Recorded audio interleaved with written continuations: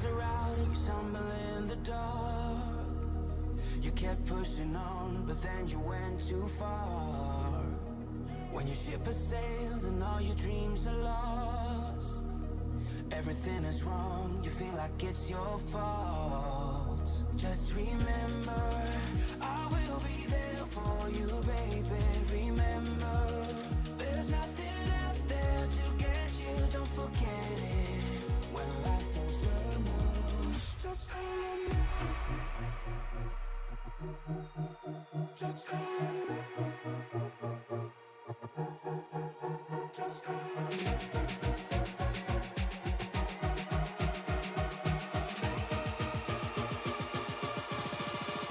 Just call me.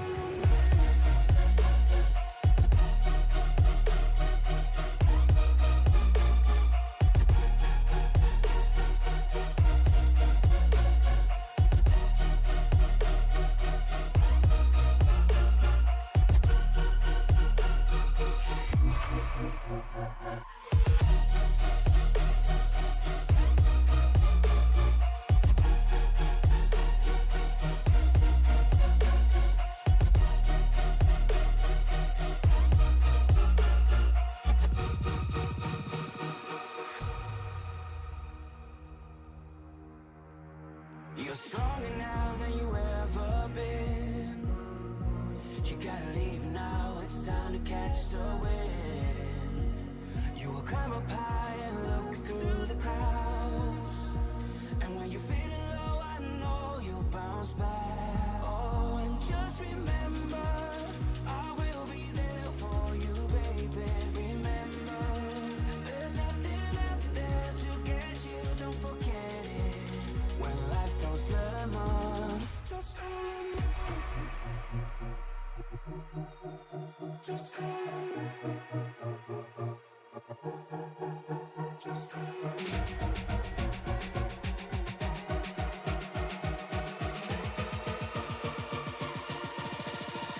Just call me.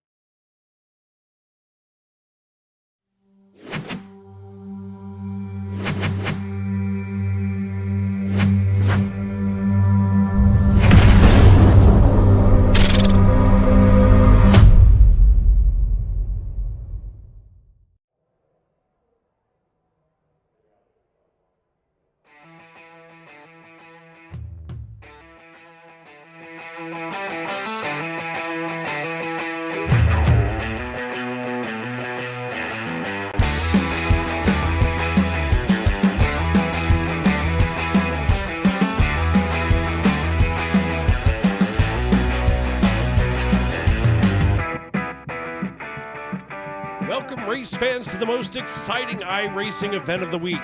I'm your host, Dave Riegel, right here in the Tony Trapasso Memorial Broadcast booth, and I'm thrilled to be with you here today. Tonight, we're in for a real treat as the drivers in the SNN Xfinity Series compete for the ultimate prize here at the legendary Brickyard, Indianapolis Motor Speedway. These drivers have spent countless hours honing their skills and perfecting their strategies, and they're all hungry for victory. We'll see intense wheel-to-wheel racing, daring overtaking maneuvers, and plenty of drama. Every corner will be a test of curves and skill, and every lap will bring us closer to the thrilling conclusion. So sit back, relax, and enjoy the show, as I'll be with you every step of the way. From the green flag to the checkered flag, right here on Sim Racing Media. And folks, glad to have all of you tuning in with us tonight. Thank you for welcoming us into your homes, onto your phones, wherever you may be and however you may be listening. Dave Riegel is always with you here, your faithful friend in the Tony Trapasso Memorial Broadcast booth, and what a night it is for racing. as we take a look here at the fabled Indianapolis Motor Speedway, the Brickyard. 83 degrees in the simulated stands that run from turns 1 and 2, none on the backstretch, and then through 3 and 4 and onto the front stretch. 2.5 miles around this oval here in America's heartland. But I'll tell you what, the story of the night right now is going to be that track temperature at 120 degrees. That's going to loosen things up. That's going to put a lot of oil coming to the surface here of that asphalt. And what that's going to do is loosen these cars up. Right now in qualifying, these drivers are already starting to lay down sub 54 times, as Bennett Allen just laid down a 53.05 second lap. Now, of course, 4 races in a row here, now 5, as a matter of fact, go to Parker Retzlaff. In fact, Parker Retzlaff has been on a complete tear right now in this league with 5 wins in a row, 6 total on the season. Parker has been winning since Iowa back in June, and we haven't had a single different race winner since June 17th at Iowa. He's won at Iowa, New Hampshire, Nashville Superspeedway, the Chicago Street Course, and of course last week at the Tricky Triangle, Pocono Raceway. Now, we don't really want to get into what happened with Parker, Saturday afternoon in the real race, but I'll tell you what, tonight I'm sure he is getting ready to strap in and put on one heck of a show here in the Monday Night NASCAR Xfinity Series, live here on Sim Racing Media. I want to thank Charlene McConville for popping in. Mama Mac, always watching what Mikey Mac from down there in Cape May, New Jersey is up to, as all of you get yourselves tuned in here tonight. Parker Retzlaff just broke, he and Austin Green just broke the 52-second barrier. Austin Green went 52.99 seconds, and Retzlaff just blew him out of the water by 0.21 seconds at 52.78 as he made it around this 2.5-mile speedway. The points battle all of a sudden in this league have gotten just this side of completely nuts, and we're going to take a look at those points right now. As you can see, Brandon Minto out of Norman, Oklahoma, he leads the points series by 575 points. Now, the interesting thing to that is that if you start to look back, Mikey Mack, whose mom is sitting there keeping an eye on things from Cape May, he's currently only 4 points behind Brandon Minto. Then, of course, Sylvain Jolie, there's a little bit of a gap between Sylvain and McConville, and then things get even tighter. Eugenio Alonso, Ethan Ball, and Nick Hansen all separated by a total of just 14 points. Of course, it's only, let's see here, 10 points, 14 between Hansen and Alonso. 4, 5, and 6 they go. Then things get even closer with a tie right now for 10th position at 339 points for Ron Fitting and Rich Jett. It's just things cannot get any closer. And, here we are now starting to head into the dog days of our season as we take a look at the schedule, what's coming up right now. We've got a couple of off weeks coming up next Monday and the following on August 5th. They're going to be off weeks before we come back at Chicagoland, which is back here on our race schedule. Michigan International Speedway Daytona on August 26th. Then Darlington, Atlanta, Watkins Glen, and Bristol. Of course, the Truck Series already looking really closely at the playoffs, of course, because they've got so many off weeks built into the system. And not too many left in the Cup Series. But tonight, of course, we focus on the B cars, the Xfinity Series, right here at Indianapolis Motor Speedway. And we want to take a quick opportunity now with just a few moments left in qualifying to see if we can get a hold of our points leader, Brandon Minto from Norman, Oklahoma. Let's see if he's up here in the Ferta Motorsports stable. There he is. Let's get him on down here into the broadcast booth. Hey, Brandon, it's Dave up in the booth. You got me?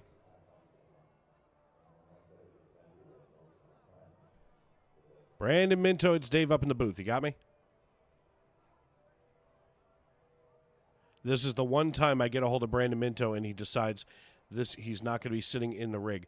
Let's see if we can get a hold of Mike McConville, who sits just behind him in the point standings. Mikey Mack, it's Dave. You got me?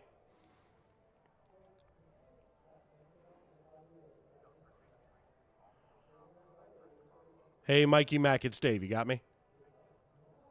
Hey, what's up, Dave?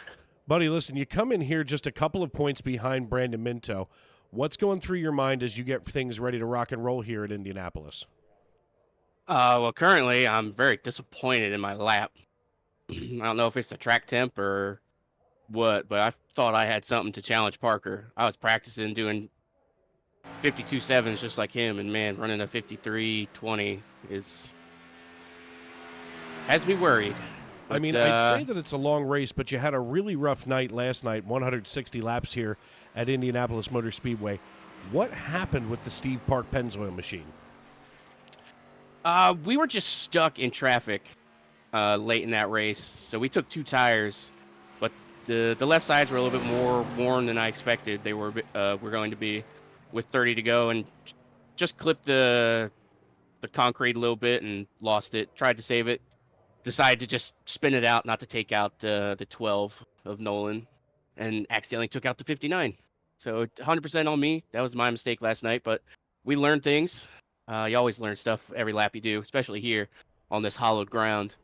And man, we plan to be in at least top 5 by the end of the night. Buddy, listen, you got 62 laps to get it done. I trust that you can take that assignment and run with it.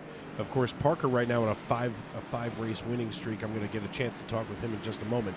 But good luck tonight, and of course, bring one home there for South Jersey. That's the plan. Appreciate you, brother. All right, brother man. Going to move him back on up here into the JAR TCR stable. Let's see if we can get a hold of our points leader, Brandon Minto, once again. Hey, Brandon, it's Dave up in the booth. You got me? Nope. Brandon Minto not there once again. I'm here. Oh, there he is. Now I hear you. Buddy, listen. You lead the points, but only by a couple over top of McConville. What are you thinking coming into tonight's race, especially when all of a sudden Parker Retzlaff is just lighting things on fire and showing everybody how to get it done? I'm hoping I can finally finish a race. I think the past 3 races I've been wrecked out. So it's definitely decreased that lead that I have over Mike McConville. And I know Parker joined about midway through the season, so he has a lot of ground to make up. But Parker's just been dominating everything. So I think I only have like a 5 or 6 point lead over Mike McConville now. So hopefully I can get some points. And 4, even worse than I thought. But yeah, just hoping I can get a finish tonight, like actually get the checkered flag. Buddy, listen, it's a tall order when you've got to get around Parker Retzlaff in this league, but you know, here's the deal. I'm guessing that it's time to crack open a Miller Lite, tip one back for Uncle Scott. I've got the Yingling Flight here on the desk tonight, so I will be right there alongside of you. Yes, sir. I already got a Miller popped open, but almost finished with this one, so going to be popping another one here in a couple minutes. My man, Pots and Pans. Good luck tonight, brother. Thanks, Dave. That the voice of Brandon Minto, driver of the number 12 Okie Ford Mustang, as we send him back on up into the Ferna Motorsports stable. And finally, before we go green flag racing, we want to chat with Parker Retzlaff. Hey, Parker, it's Dave up in the booth. You got me?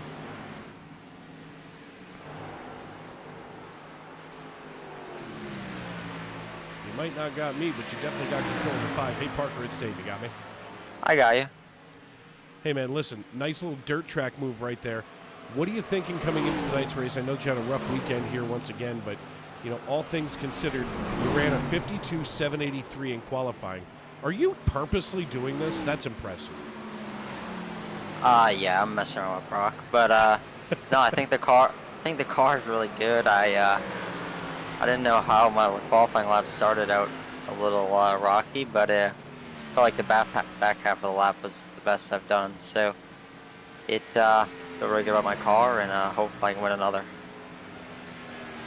All right, man. Well, listen, good luck tonight as you're obviously practicing for the rear end to be stepping around as you just dirt tracked it all the way through turn 1. What a transition you've made. I mean, look, 5 wins in a row. Let's see if you can make it 6. That's the goal. Thank you, guys. All right, brother. Going to send him back on up here in the JAR TCR stable. But, folks, listen, it has been an incredible night of racing. It was an incredible night of racing last night in the Cup Series, and the Xfinity Series looks to do the same tonight.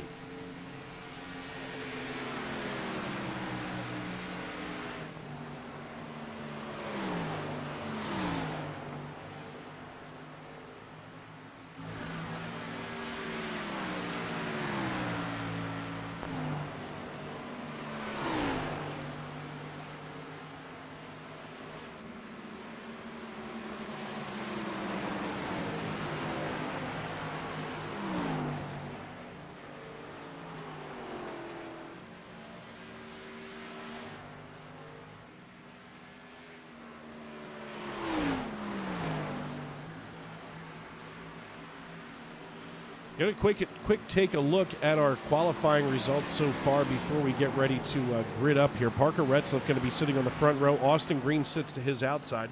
Some other big names here in our top 10. Ron Fitting rounds out that top 10. Ethan Eckert and Dennis Mickelson going to be starting in row 3, while Mike McConville out of Cape May, New Jersey, we just talked to him. He's going to be starting on the outside of row number 4. And Nick Hansen in the 99, he starts back in 16th position, while Alex Princeton in the DGR number 19, of course, going to be starting back in 18th position.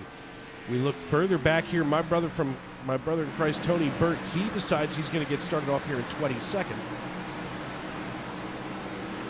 And R.P. Allen making his return here to the fold, as it looks like he's going to be rolling off in 28th.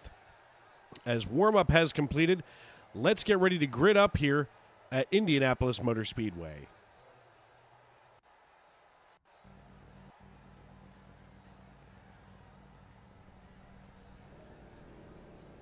Waiting for these drivers to slide into their racing machines. 62 laps, the scheduled distance tonight. As we wait for Parker Retzlaff, now Bennett Allen slides into the 15. Here's Parker hopping in. We're waiting for his front row driving mate, Austin Green, to slide in. There he goes. So let's get underway with our driver introductions. Parker Retzlaff, driver of the number 5 Funkaway Chevrolet. He starts on the pole position and will be joined on the front row by Austin Green. Bennett Allen and Brandon Minto going to be featured in row number 2, while Ethan Eckert and Dennis Mickelson hold things together in row 3. Row 4 going to feature Sylvain Joly from Saint-Eustache, Quebec, alongside of Mike McConville from Cape May, New Jersey. That's definitely one end of the spectrum to the other. Daniel Moynihan out of Boston, Massachusetts, has the Duncan Midnight Machine running in 9th position alongside of Ron Fitting in row number 5.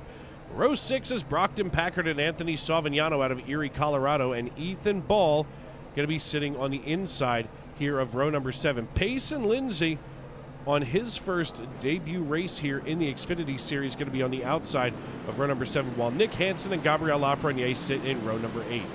Row 9 is Christian Noble. Alex Princeton deciding he's going to start from pit road, while Noah Hamilton and Derek Bacorn going to sit here in row number 10. Matt Mackin and Tony Burton row 11, while Chris Claude sits in 22nd.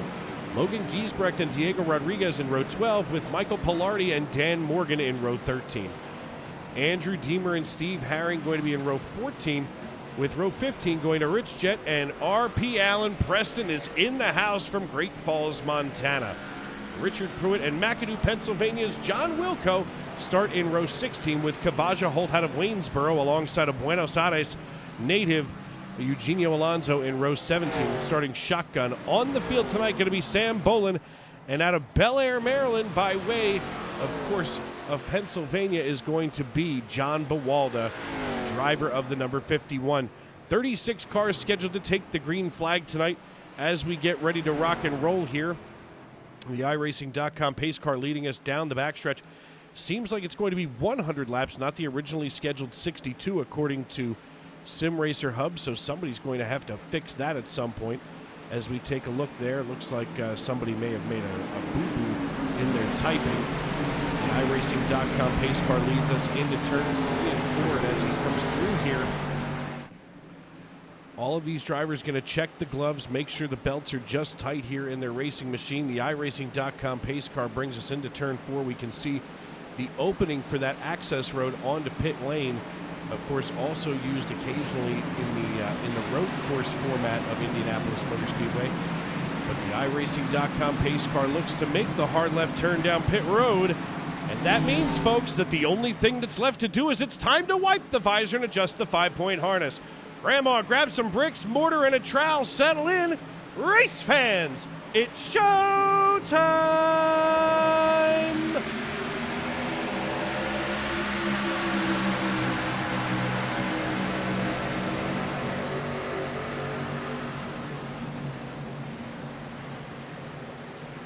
Parker Retzlaff gets a great start just ahead of Bennett Allen and Austin Green.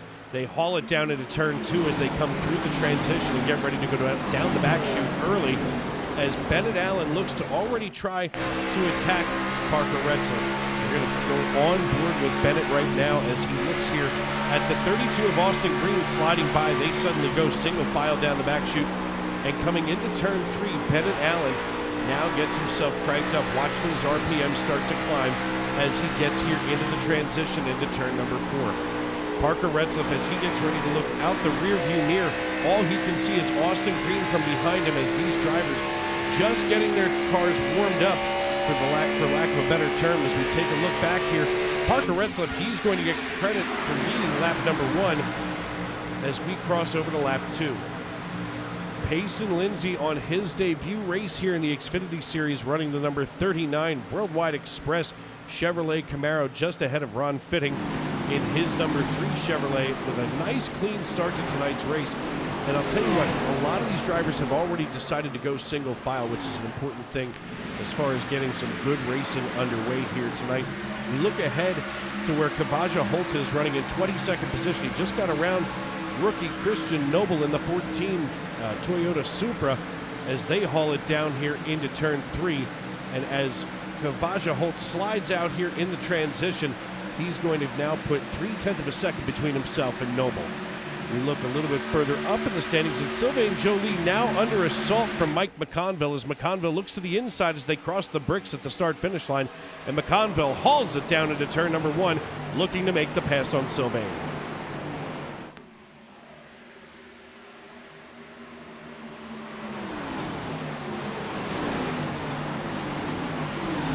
Side by side they go, Sylvain Joly and Mike McConville coming out of turn 2 and down the backstretch. And now Sylvain Joly now having to hold off Daniel Moynihan. Maybe not necessarily related to Bobby Moynihan, you never know. As now Moynihan goes window net to window net with the 08. They get through here and try to work it around in turn 3 and now 4. Austin Green just laid down fast lap of the race, and for the first time in quite a long time, I can say that somebody passed Parker Retzlaff. And now Parker runs in P2 just ahead of the great Bennett Allen. Of course, Bennett Allen, the 2022 M&N Xfinity Series champion. He took the year off last year not to be the champion, but now looks to regain that status as he's trying to defend what he did back in 2022.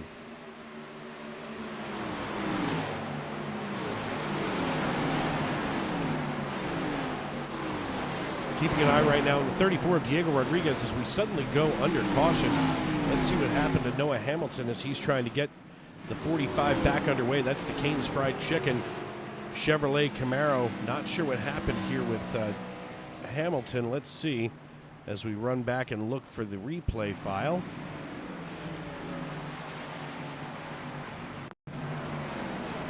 Watching Noah Hamilton from above, all of a sudden you see the 34 just behind, and now the 7 of R.P. Allen just simply hooks him.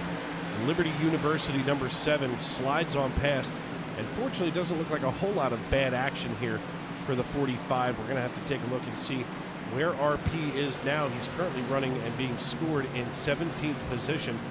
Let's ride on board with RP and see what happened, maybe from his perspective. As we go here, you can see just over his right shoulder, here comes the 45. We're watching his hands, and it looks like maybe the 45 came down across his nose rather than going up his nose. And that's what caused the kerfuffle here. As we look out the rear bumper, all we can see is the tire smoke out of the 45.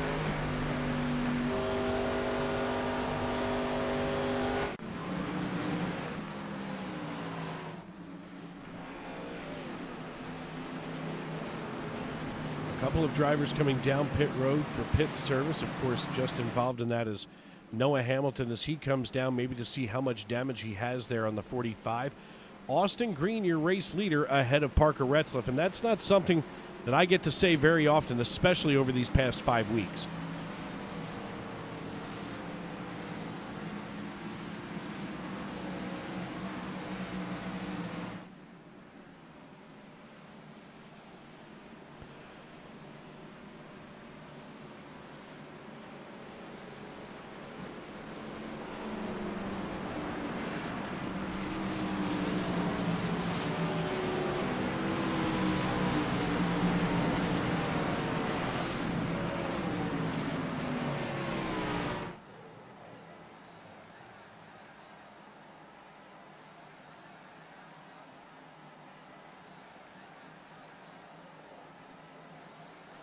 As we take a look here, Parker Retzlaff over his 7 starts already has 6 wins. He only had one start where he didn't win, and quite frankly, that's just this side of incredible. I mean, that means he has an 86% win percentage, and that's literally better than anybody else you've ever seen. He's had 6 poles and 7 starts, 141 total passes, and, quite frankly, I can't believe what he's done here, especially when you look at his incidents per laps. On the short track, he's actually got a 0.0 for incidents per mile and a 0.01 incident per mile, which means that he literally is the safest driver on this racetrack.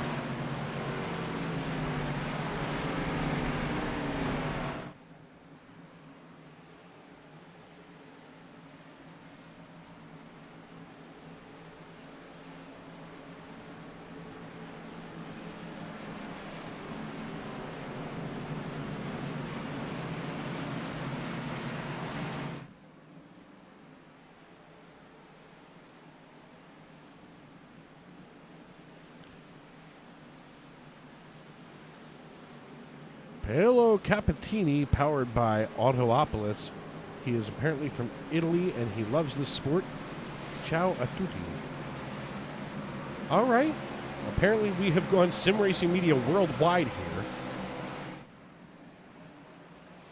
And yeah, Charlene, I definitely hope that tonight's race is better than last night's because, for Mike, I mean, to me, it was just the side of awful.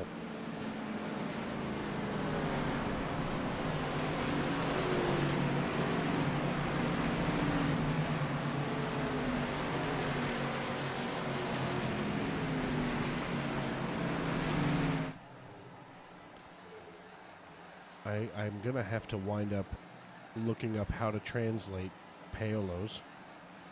Lauren Lindsay saying, go Brock. Oh, sorry, Lauren Sidney. My bad.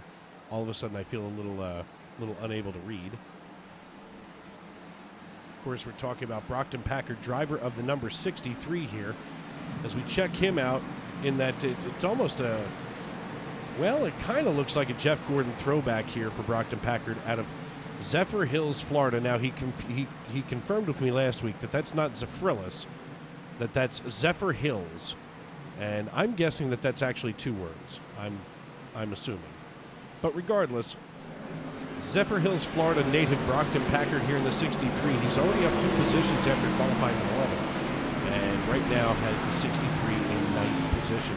As the iRacing.com pace car lights are out, that means that we'll be going back green flag racing any moment now. I want to thank everybody for tuning into the YouTube.com live chat. And if you haven't done so already, why haven't you subscribed and turned on those bell notifications? Listen, we've got 6 nights of racing here on Sim Racing Media. You can hang out with me for 4 of them. Sunday night, of course, in the SNN Cup Series. Monday night for Xfinity Series action. Tuesday night for Truck Series action. And then, of course, Thursday in the Racers Elite Cup Series. They've got me working like a dog, and I'll tell you this much. I love every minute of it, from the green flag to the checkered flag. And, sometimes the minute that I turn this microphone on, it is like a light goes on in my head. And the excitement that builds in these races is what keeps me going here.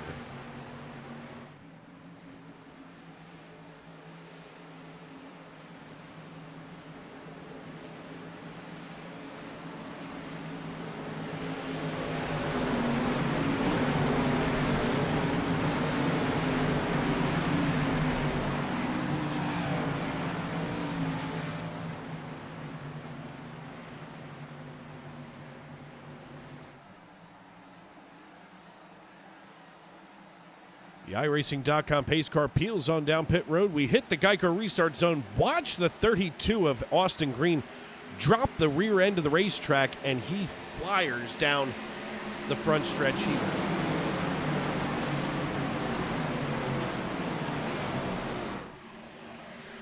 We're taking a look further back in this race, and some of these drivers, if you look at them for just long enough, you might go blind. We're taking a look right now at Brockton Packard as we try to focus on a couple of these different battles on the racetrack. And Brock right now doing great, running in 9th position, but we now drop back here to Dennis Mickelson in the 25.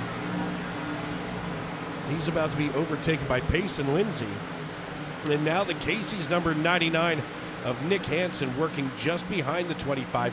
We suddenly have got a 5-car battle with Gabriel Lafreniere in the 06 Oxmoor Chevrolet looking to the inside of Ethan Ball, while Nick Hansen looks to the inside of Dennis Mickelson. Mickelson not able to hold him off just yet, as now Hansen looks to the left rear quarter panel, throws it here to the inside on turn number 1 and makes the pass. That opens the door for Gabriel Lafreniere to get around the 25. And now here on lap number 9, we really start to make some hay here tonight. And all of a sudden, Dennis Mickelson starting to melt back through the standings. Don't look now, folks, but in his return here to the Monday Night NASCAR Xfinity Series, R.P. Allen from Great Falls, Montana, is suddenly running in 15th position. He started in 28th, and he's already reeling in Dennis Mickelson as we work lap number 9. And R.P. is one of the longtime drivers in this league, and I am certainly glad that he has made the return to the league because, you know, the more the merrier, and especially when you're a talented driver like R.P. Allen is here in the number 7 Liberty University Chevrolet. We look a little bit further here into the standings, and here's Brandon Minto holding off Payson Lindsay as Lindsay suddenly starting to fight through the standings, running in 11th.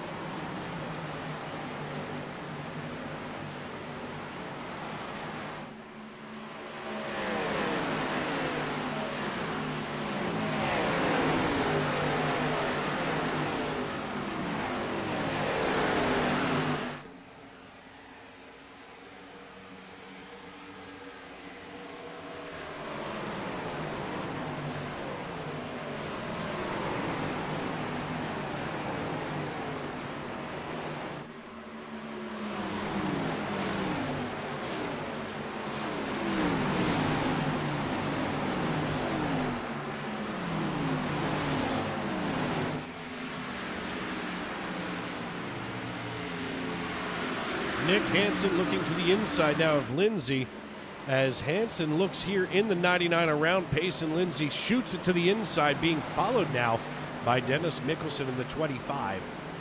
Looks like these two drivers now going to go side by side as the 25 and the 06 of Gabriel Lafreniere going to go at it. Ethan Ball kind of looking from behind, just deciding that he's going to hang out back here and keep his cool. I mean, right now, at this stage in the race, that's all you can really do. You can't really ask for too much more than that as we work lap number 12. I mean, you know, let's just take a look at some of the race details that we haven't gotten a chance to go over yet. As, you know, at this point in any race, drivers are just trying to feel one another out. Of course, 100 laps, stage 1 going to end at the conclusion of lap 30. Stage 2 is going to be over at lap number 60, and then 40 laps to the end. So these drivers just one caution so far through 12 laps, and we're nearly halfway through stage 1.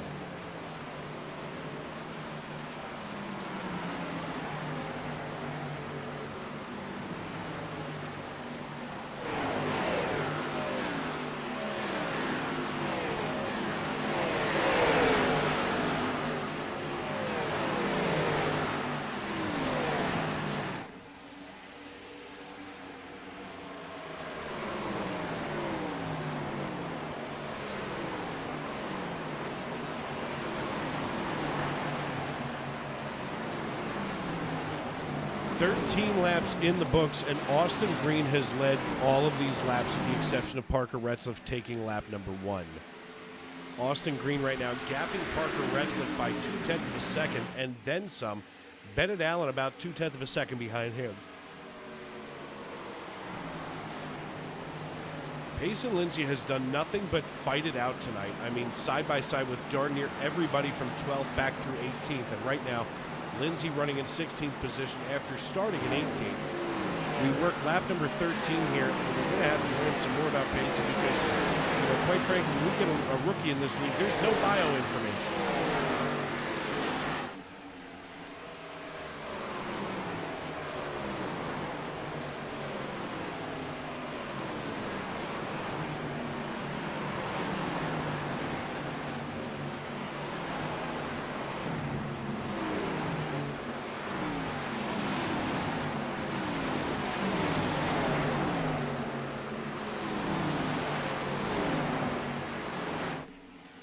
Austin Green runs this race now 0.3 of a second ahead of Parker Retzlaff. Parker said that he's got a heck of a car, and let's just see if he's really holding things together here as we take a look at the dashboard information that Parker can see. Now, coming through these turns, he's not wide open, but as he hits the front stretch, we can see that he's still not Whoa! There goes the 53 shooting. Wow. And we stay green flag racing. Daniel Moynihan now being shot to the entrance of pit road. We stay green. Let's see if we can maybe find out what happened here. And looking for the 53. Let's see if I can pull that up.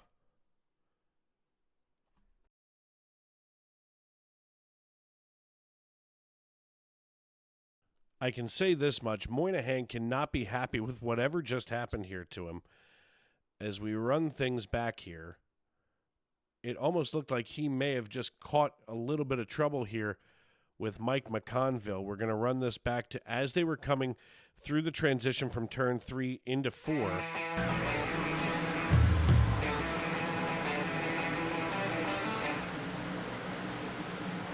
And here they go. Now let's watch McConville. And McConville got loose and clipped the 53 and just sent him spinning down here onto the entrance of pit road. And oddly enough, what kept the race green was when he hit that divider between, pit road and the racing surface and was able to get himself pointed the right direction. But oddly enough, Austin Green now leads this race, and now we're starting to see Parker Retzlaff start to draw in toward him, getting one heck of a run here on lap number 16. Now halfway through stage 1, Dave Regal with you in the Tony Trapasso Memorial Broadcast booth. We want to thank you all for coming in and hanging out with us tonight because, here in Indianapolis, we're finally done with that Indianapolis road course thing that we did the last couple of years, and now watch Parker Retzlaff sit his nose right here on the inside of the 32. We haul it down the front chute, and just as they come into turn 1, Parker Retzlaff makes the pass into turn number 1 alongside of Austin Green.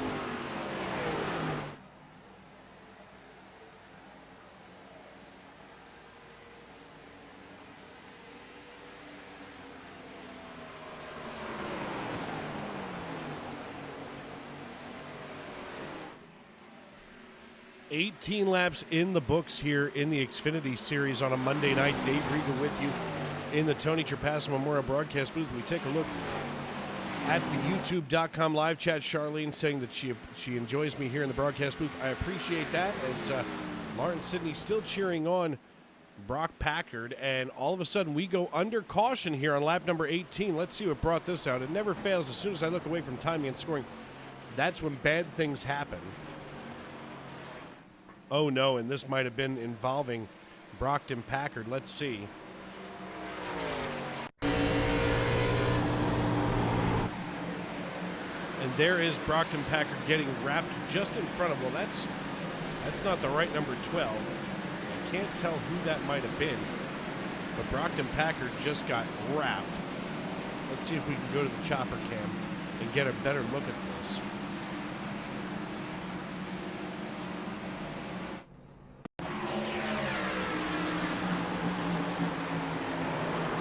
Brockton Packard just got wrapped and spun. He is not a happy driver right now, I can tell you that much. In fact, nobody would be happy.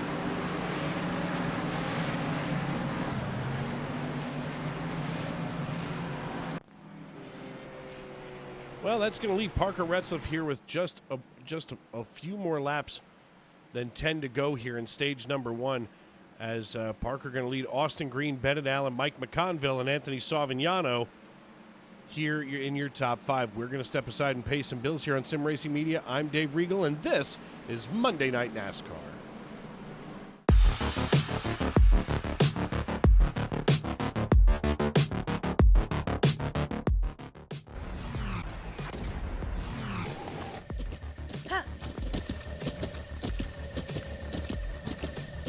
With the Butt Kicker Gamer 2, what you see and what you hear is what you feel.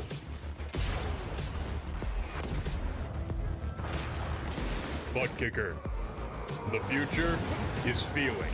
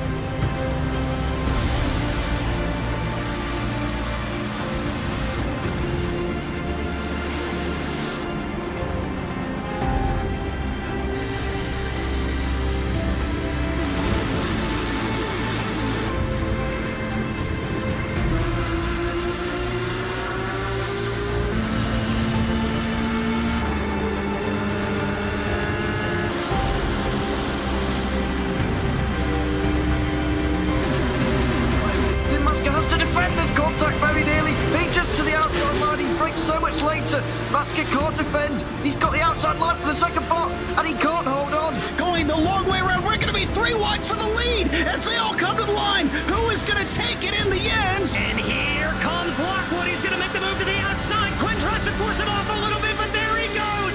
It's going to be side by side through turn 1. Will he be able to cover him off? He does. Weaving back to the left-hand side. Reynolds is trying everything. The kitchen sink is being thrown at it. They're leaning on each other. Coming into turn number 3. It's going to be a drag race through 3 and 4. Coming back to the line. Here comes Trish on the bottom. Richard's going to hold the inside. Tries to be the late breaker here. They're going to be side by side through the final chicane. They bang doors, but keep it clean. As they're still 4 wide on the run down into the back straightaway. Demerit's looking for a line as well. What is going on in Michigan? Novak into the fence. They're still beating and banging. Oh and to the line. He is much faster coming through there. Is there damage on Challenger? Abramitis is ahead. There's going to be a race to the line. Who is going to get it?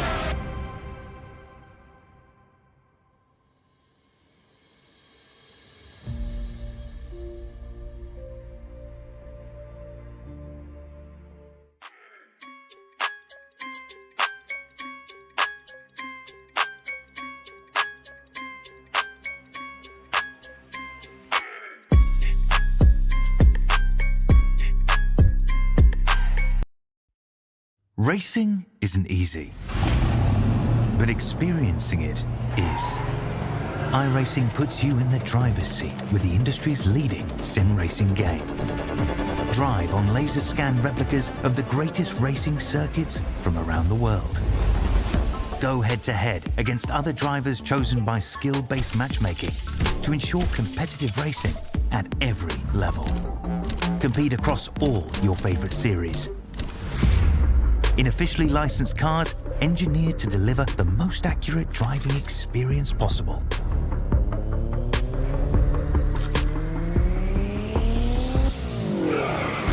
Join a race or host your own with players from across the globe. Race against the computer or in a league with friends. Feel the thrill behind the wheel. Visit iRacing.com.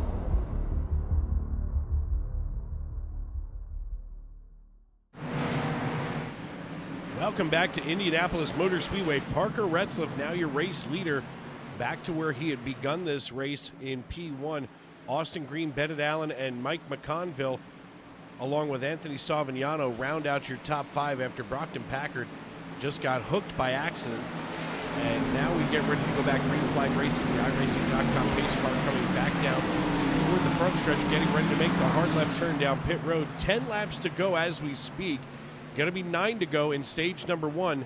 This time by as Parker Retzlaff gets ready to come into the Geico restart zone.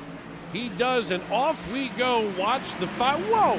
A rough start out of the 5. Maybe he was pushed a little bit. We're going to have to take a look at that. Let's see what happened as we look at the chopper cam. And nope, he just simply spun the tires, did Parker Retzlaff.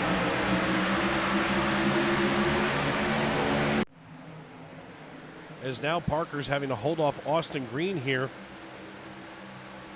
as we get back green flag racing here on lap number 22 of 100.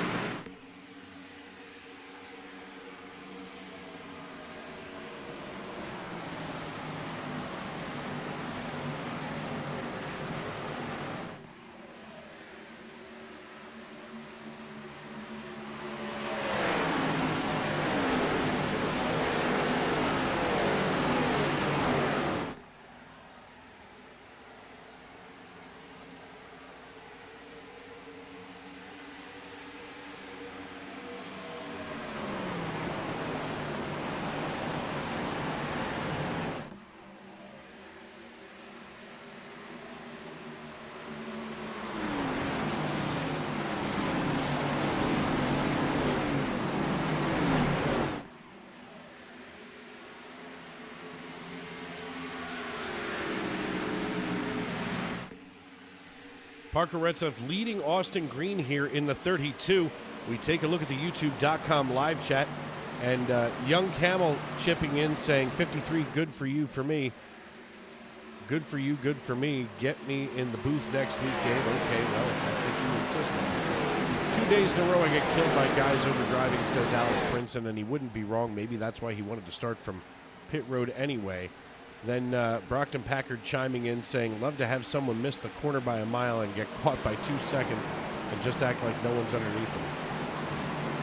And the JAR TCR boys have a rocket ship of a race car, and that's a shame how our day ends. As Tornado Man 24 says, Mr. Packard, that is not what happens. Obviously, the arguments are going to begin flying here in the YouTube.com live chat. Make sure, if you're going to sit there and argue, at least make sure that you're subscribed here to Sim Racing Media. Turn on those bell notifications. That way, if you like hanging out with me here on a Monday night, you can also tune in on Sunday, Tuesday, Thursday.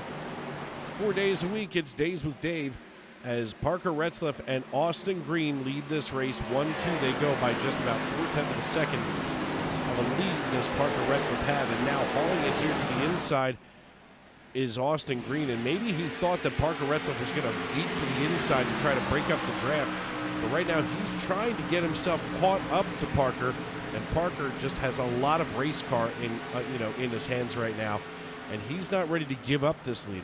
Mike McConville, after qualifying in 8th position, has now gotten his way into the top 5, and that's going to help his points argument, as of course he's sitting just behind Norman, Oklahoma's Brandon Minto, who currently runs back here in 11th position. Brandon right now getting passed by the 06 of Gabriel Lafreniere, as Lafreniere makes it look very easy to get around Brandon, and I'm curious if there's something wrong with the 12, and if Brandon's going to have to make some adjustments here at the end of stage 1, which is going to be just 5 laps away when we cross the line.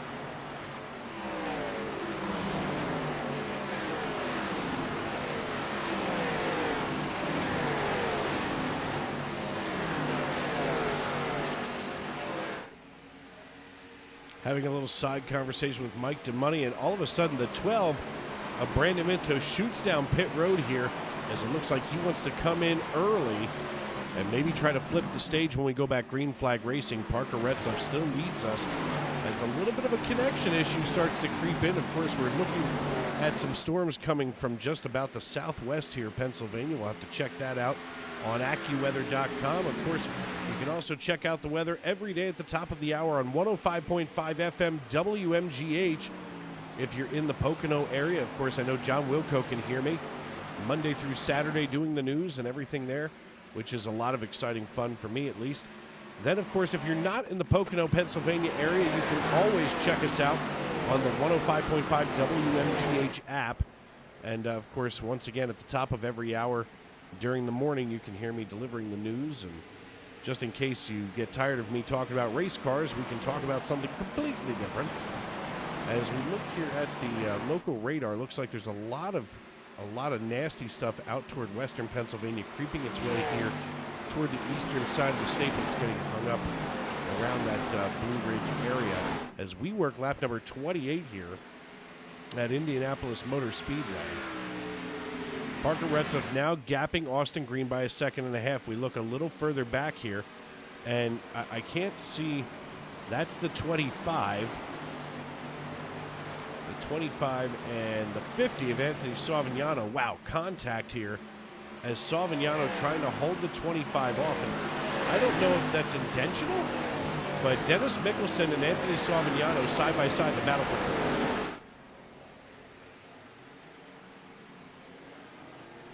And here on lap 29, we do get a caution. That's going to end stage number 1 as I'm looking to see what might have caused this one.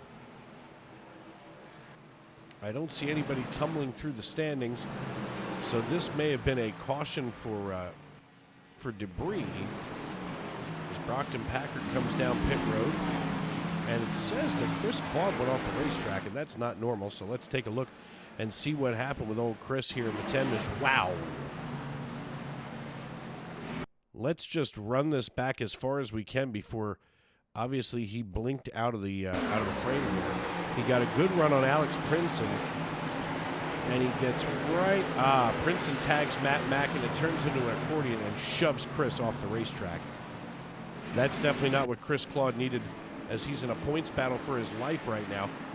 So here at the conclusion of stage number 1, going to be Parker Retzlaff, Austin Green, Bennett Allen, Dennis Mickelson, Anthony Savignano, Mike McConville, R.P. Allen, Ethan Ball, Sylvain Joly, and Gabriel Lafreniere, all being awarded stage points. And here comes Parker Retzlaff as they come out of turn number 4, setting himself up for his first pit stop of the evening.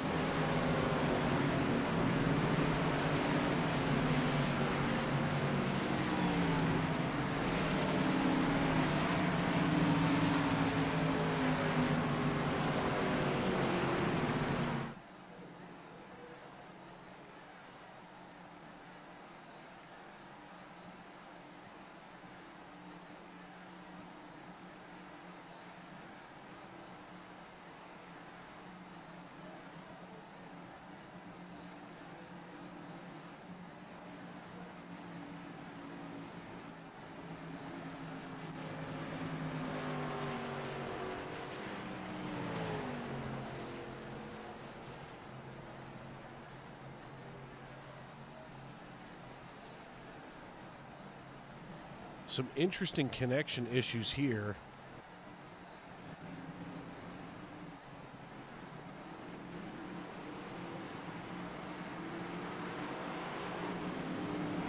And I see Dr. Packard sending me a quick message here, so let me see if I can find him in our Discord. There he is. Hey Brock, it's Dave. You got me? All right, let me see if I can turn your volume up here. If you want to hang out for a little while, you're more than welcome to up here in my booth. I'm an equal opportunity offender. But real quick, we want to, of course, talk to your teammate Parker. And Parker, it's Dave up in the booth. You got me? I got you. Well, you let somebody else lead for a little while, but then decided you wanted it back. How does the five car feel tonight, and what does Funkaway have to do for your Chevrolet? Oh, I mean, I was just trying to chill at the beginning of that run earlier. I realized how much tire matters, especially with Usain Dennis at the end of that stage. He was passing everyone. He was like half a second faster or something. Tires mean a lot. So it's going to be about trying to keep your tires at the end of these runs here, especially if it goes green. So I feel pretty good about a Funkaway Chevy right now, and we're going to see how this restart goes. All right, brother, you're going to be sitting behind Baycourt and Gangler. And listen, I've known Gangler for a long time. When he does this kind of stuff, it makes me nervous. So good luck and keep an eye on him. Yeah. All right, as we're going to send him back on up into his chat. Up into the JAR TCR stable. There we go. I want to welcome in Brock Packer, driver of the number 63. Your night kind of ended a little early, bud. Yeah, definitely the Niner Esports JR TCR Chevy Camaro was really fast. Just got caught up in a little bit of stuff that we'll have the admin look at after the race. But I wanted to come up here and hang out with you. I didn't have a lot of time to make a statement for you to want to talk to me, so I thought I'd force you to talk to me, and we can both talk about this great race that we're having so far and hopefully see a great race throughout the night. Yeah, I mean, all night long we've seen some really good battles. Now, last night in the Cup Series, I mean, it was closer than close. It was, I mean, some of these battles were so close, and the cautions were coming out so close that it was almost like it was an inbred race. It had, there were no forks to it. It was one stick straight up. Yeah, and I'm really hoping that this, with the Xfinity car, and these guys are definitely more comfortable in these cars, that we can be able to get a little bit of a longer run. We saw right before my caution, we kind of got stretched out. There was some strategy involved, a little bit of tire wear and tire saving, fuel saving, possibly for that last stage. I know that in the real life world and in the real race, we had to do a little bit of saving towards the end, so maybe that'll happen. But right now we've got two guys on very old tires leading us off into turn 4, and then two very, very fast Xfinity car drivers just itching to get past them and battle it out. So I'm excited to see how this one goes. Yeah, right now the iRacing.com pace car lights are out. That means we'll be getting ready to go back green flag racing in just a moment. I want to welcome everybody into the YouTube.com live chat as we get ready to rock and roll. Now, I know, Brock, that you, of course, here as we hit the Geico restart zone, and all of a sudden back underway. Whoa! The 23 dabbles right in front of the 5, nearly wrecking the entire field, but all of a sudden Green is able to keep things, I'm sorry, not Green, but Baycorn is able to keep things underneath him as we hit green flag racing conditions out of Williamsport, Pennsylvania is Baycorn. Now, Brock, listen, I know that, you, of course, work for Jordan Anderson Racing. Now, I know that you're a mechanic. What do you do there at Jordan Anderson? Yeah, so I'm actually the engineer, the in-house engineer.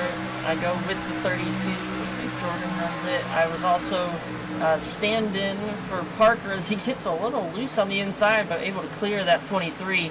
And last year I was Jeb's full-time engineer. So I've done a little bit of everything, from tire management to fuel saving, just a little bit of everything. So I know a thing or two, luckily, about these cars and this kind of package and what needs to happen and what doesn't need to happen. And I definitely know a thing or two about our leader right now in that number 5 Funkaway Chevrolet. Yeah, I asked him a couple of weeks ago if that was planned, that Funkaway Chevrolet rhymes and kind of rings together pretty well. Whoever works in the marketing department of Jordan Anderson Racing really found a great sponsorship partner in Funkaway. As right now, all of a sudden, all over the rear bumper of the 32 is Anthony Savigliano. We go on board here with Anthony Savigliano out of Erie, Colorado. He's trying to get himself drafted up to the rear of the 32, driven by Austin Green. That Chevrolet Camaro now kind of cranked up a little bit to crazy, but nothing nuts.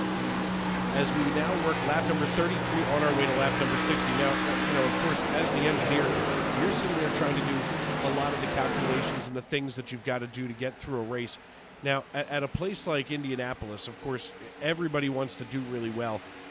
How frustrating is that when you put in so much work and then dumb things happen on the racetrack? Oh man, it's unbelievably frustrating. I was with the 27 this weekend, and we ran the best we've ever run in practice and qualifying, and come out lap 1 turn 4 and destroy a race car. So it's incredibly frustrating, and it translates into the sim world too. I know a lot of guys here put a lot of time into these setups. Of course, Mike McConville builds our setups. He does a wonderful job with those, and it's always really frustrating when you come out, wreck on lap 19, and you don't get to show that full potential of the race car. So it's a huge disappointment when you have stuff like that happen, especially after putting so much work into it. You know you have the speed, you know you have the ability, and you're just not able to get through to the end.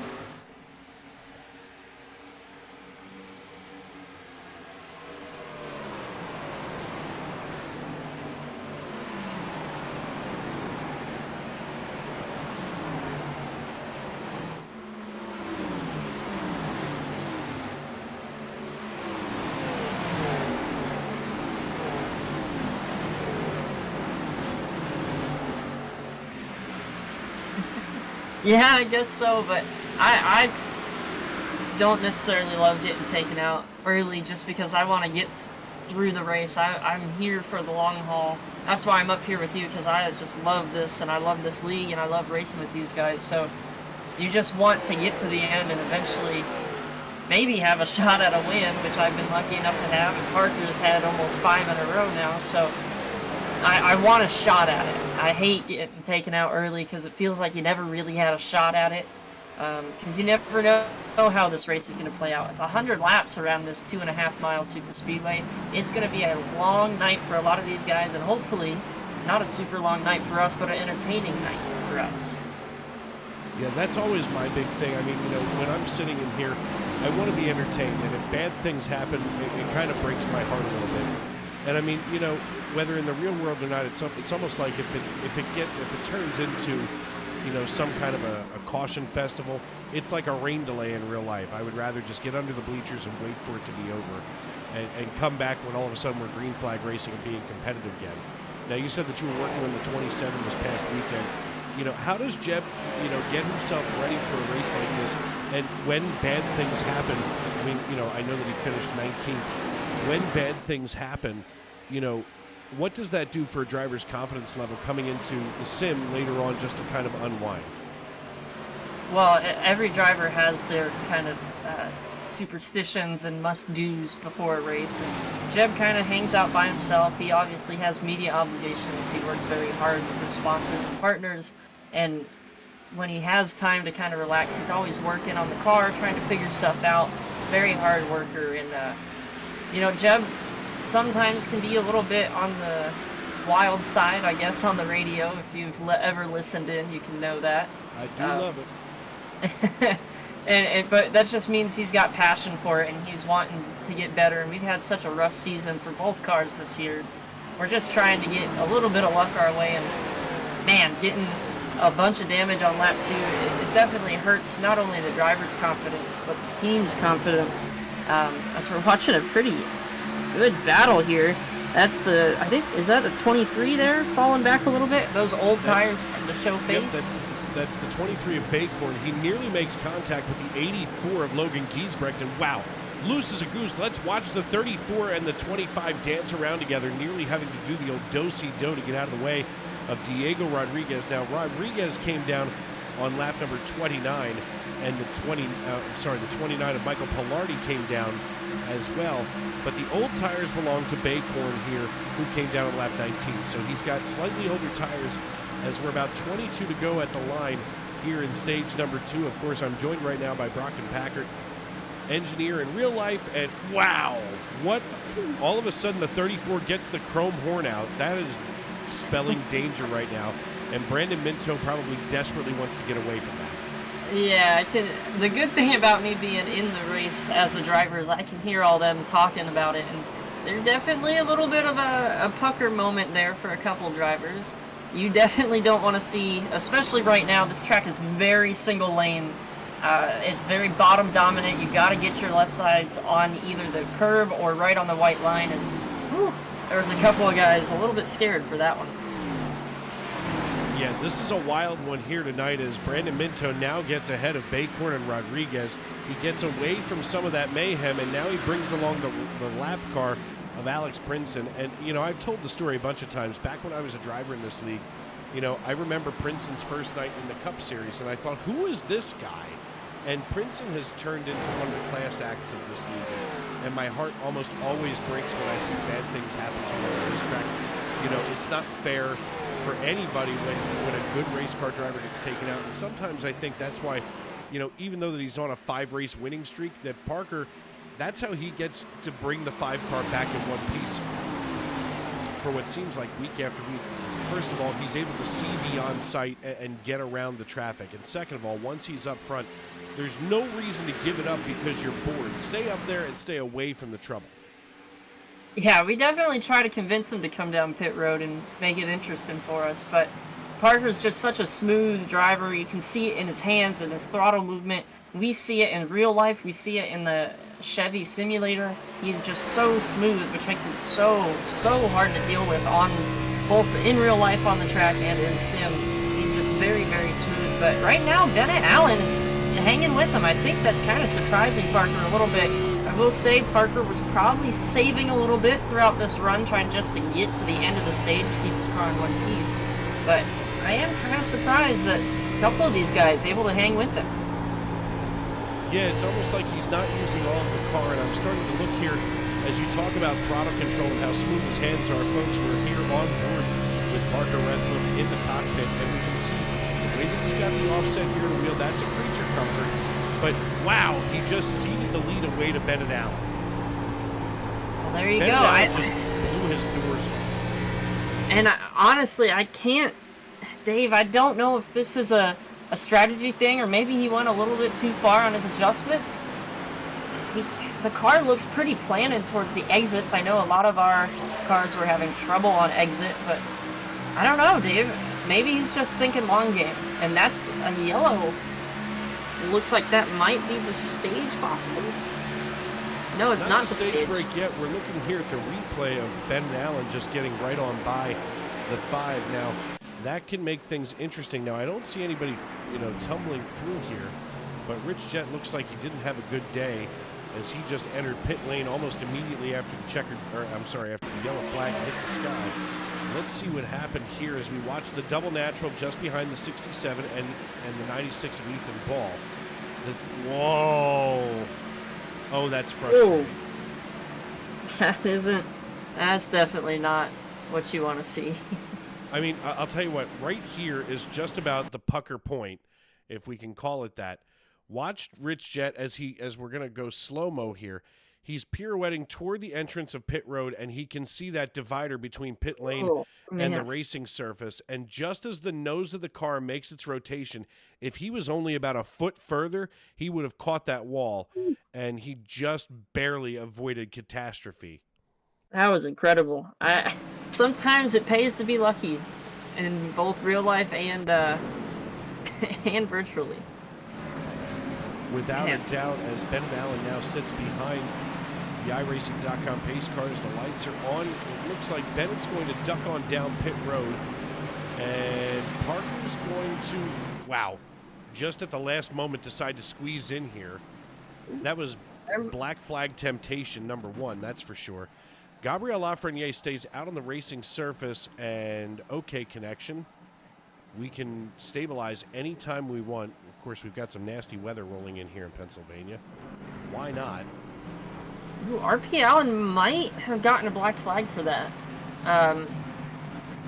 The cone got kicked out, and I don't think he realized where he was when he juked back to the racing line. He might have got a commitment cone violation for that one. Could have been, and iRacing is not very forgiving when it comes to pit road violations. If you twitch your foot just a little bit too much coming off of pit road or, coming on, you're going to get it almost every time.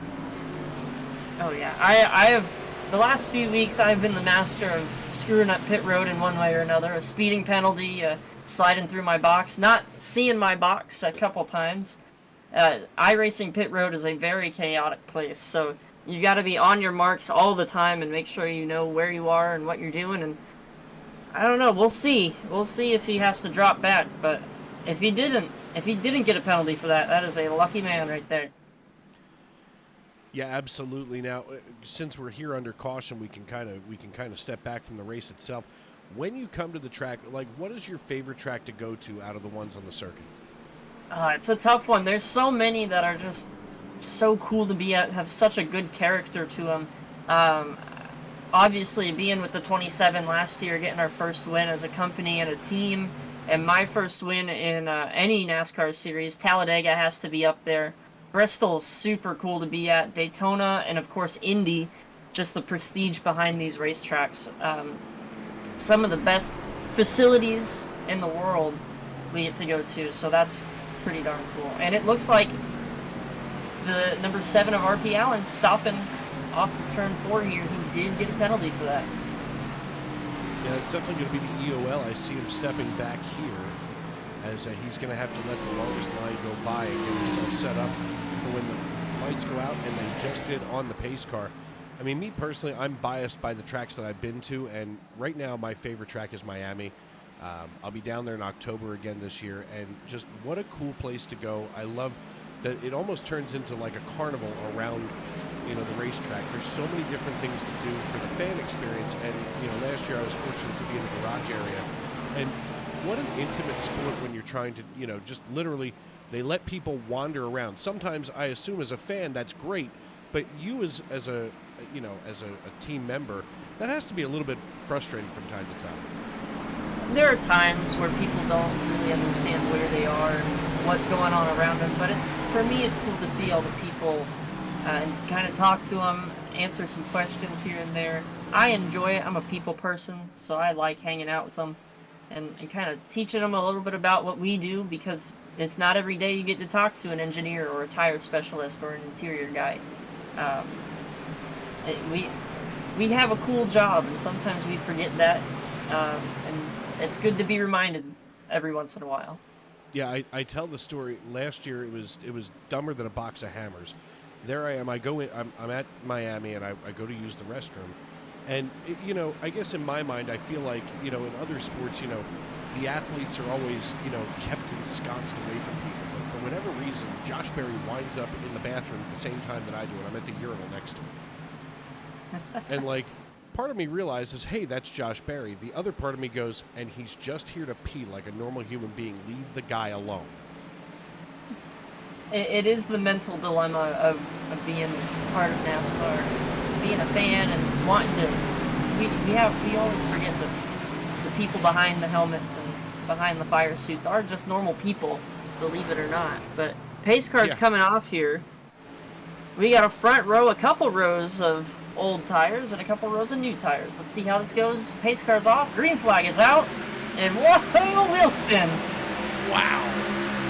What a move here as a pair of Canadians lead us back to the green flag, diving right in front of Dennis Mickelson. And Mickelson now runs in third position. Now, all of a sudden, now we were talking about it before, you know, is this going to be some kind of a wow. Let's just watch Parker cut through everybody. We're going to widen things out here. Parker and Bennett Allen both working through traffic. And I mean, this is what I'm talking about. This is having sight beyond sight. You know, to be able to get through all of those cars and now all of a sudden back up into 8th position, as Parker just has an absolute rocket ship under him right now. He drafts up to the rear of the 32, and he swings out. And he thought that he could just make the pass, but Ron Fitting's in his way. Now Ron Fitting allows Parker to work underneath him as Parker drives away from the 3, and now looks to, oh, good Lord. Whoa. These guys are going after it right now. I mean, there's a lot of people out here. You know, here's the thing. For me as a broadcaster and not as a driver anymore, with the exception of August 25th, which I'll be making an appearance in the SNN Cup Series at Daytona, but that's promotional. You know, for me as a broadcaster, I love to watch this kind of stuff, but I know that the drivers probably put a target on the 5, and they're like, you know what, we have to find a way to stop his winning streak right now. Well, I mean, I'll say it. Everybody does. Even his own team wants to beat him. Like, that's, if you beat the best, you become the best. So everybody's going to try and do everything. But everybody here, for the most part, runs fairly clean and understands that our time will come and either Parker will make a mistake or we'll just get fast enough to beat him. So everybody's been fairly respectful the past 6 or 7 weeks, but, you know, things change, people get annoyed, and if you're winning too much, people, we've seen it with Jimmy Johnson, Jeff Gordon, Kevin Harvick in the past, you'll get booed, but noise is better than no noise when you walk across that stage. Well, you know, and the thing is, I feel like I would rather be booed for being good than cheered and I'm average. I mean, look, I grew up a Dale Earnhardt Jr. fan. I grew up, you know, watching NASCAR in that era. And, you know, he is what made me a fan. And look, most popular driver, you know, fan vote, blah, blah, blah. The thing is, he, at the end of the day, he was elected to the Hall of Fame because he's a good ambassador for the sport, not because he was an amazing driver. Yeah, but he's also a great businessman for the sport. Junior Motorsports is a very competitive and very successful organization, so I would much rather look at him as a Hall of Fame team owner and a Hall of Fame ambassador than a Hall of Fame driver, which is no disrespect to his 2 Busch championships or his 20-some-odd Cup Series wins. Those are all very impressive and more than I have or will ever have. But you have to also look at the surrounding inductees with him. You've got Yarborough, you've got the other, his father, Earnhardt, Johnson, Gordon, Petty. Those guys are top-tier Hall of Famers. So I guess there's a little bit of a class system in the Hall of Fame, but as a team owner and an ambassador and possibly even a broadcaster, he's 100% worthy of that Hall of Fame tag. And oh yeah, I wouldn't contest that he's not worthy of the tag, but it's, you know, let's remember the other things that he did. You know, he was the most popular driver because, first of all, as somebody who has crossed paths with him, what an incredibly approachable human being. You know, the day that I got as close as I could to him down in Miami, I was, you know, one of the people out on pit road trying to get his autograph, and which probably made it nice for those of you that were working down there at that point, being like, well, we don't have to worry about anything. Dale Jr.'s down here, it's fine. And I got to watch him race in person, which was a lot of fun. But as I'm standing there, and I was literally the next person in line for an autograph, and well, I was second to next. And, you know, the PR guy said, all right, that's enough. Everybody back off. We're about to do, you know, the pre-race invitation and so on and so forth. And the fellow right in front of me reaches out with this beat-up old Wrangler hat. And it was absolutely authentic to call. And he reaches out and goes, hey, Dale, this is my Dale wear. And Dale looked at it and, you know, he made a connection not with the fan as much as he did with Wow. Somehow this Wrangler hat made it the last 40 years. And he's like, you know what, one more. And you know, kind of moved his PR guy out of the way. I was like, let me sign this thing, because this guy has obviously carried it for 40 years. It's time for it to get an autograph. You know, that's what makes racing special, that you make a personal connection. I mean, you know, in my favorite sport is baseball. You know, you can see a baseball player on the field, but you can't approach them. A race car driver, you can approach them almost anywhere. Yeah, the racing family truly is a family. I gotta break up this conversation for a second. This battle back here for about 8th to 12th is absolutely amazing right now. We've got cars going every which way, different tires, different lines, different aggressiveness levels. They've kind of settled down for a little bit here, but we're watching Minto and the 25 right now. They are having a heck of a battle. Yeah, I'm taking a look right now at Ethan Ball in the 96. He's doing battle with the 39 of Payson Lindsay. Each of them there on the fresh tires. The fresh tires run out somewhere in and around 9th position with John Bawalda as Gabriel Lafreniere starts the lap 29 tires. Now, Gangler here, he seems to have some kind of connection issue. He's just shuffling through the stage. Oh, no! Oh! Right in front of your teammate, Mike McConville, is the 39 of Payson Lindsay. And they cannot... Whoa! Oh, wow. The 59 just laid the smackdown on the 39. Not good. This is not going to be fun to go back and look at. And you know what? And here's the worst part about being the broadcaster. I've now developed a relationship with so many of these drivers, and I'm like, oh crap, I feel awful for them. Yeah, that was not great. I know, well, it kind of looks like, ooh, kind of just came down across Mike's nose. It definitely looked that way, and he couldn't even find his way, to get off of the nose of the 51 of John Bawalda. Ooh. And we're going to see if we can ride along with Bawalda this time. First, I have to find him. There he is. I think this is the hardest thing about this software. I think I just heard over the radio. Do so much. I think now Bawalda's got a great view in this. We can see, there's the 39 coming across Mike's nose. Mike gets away from him and kind of toddles along, but then the 51 just finishes the deal and then himself gets spun into the wall. And Minto got a huge hit to the inside wall. That's going to be big point implications on that one.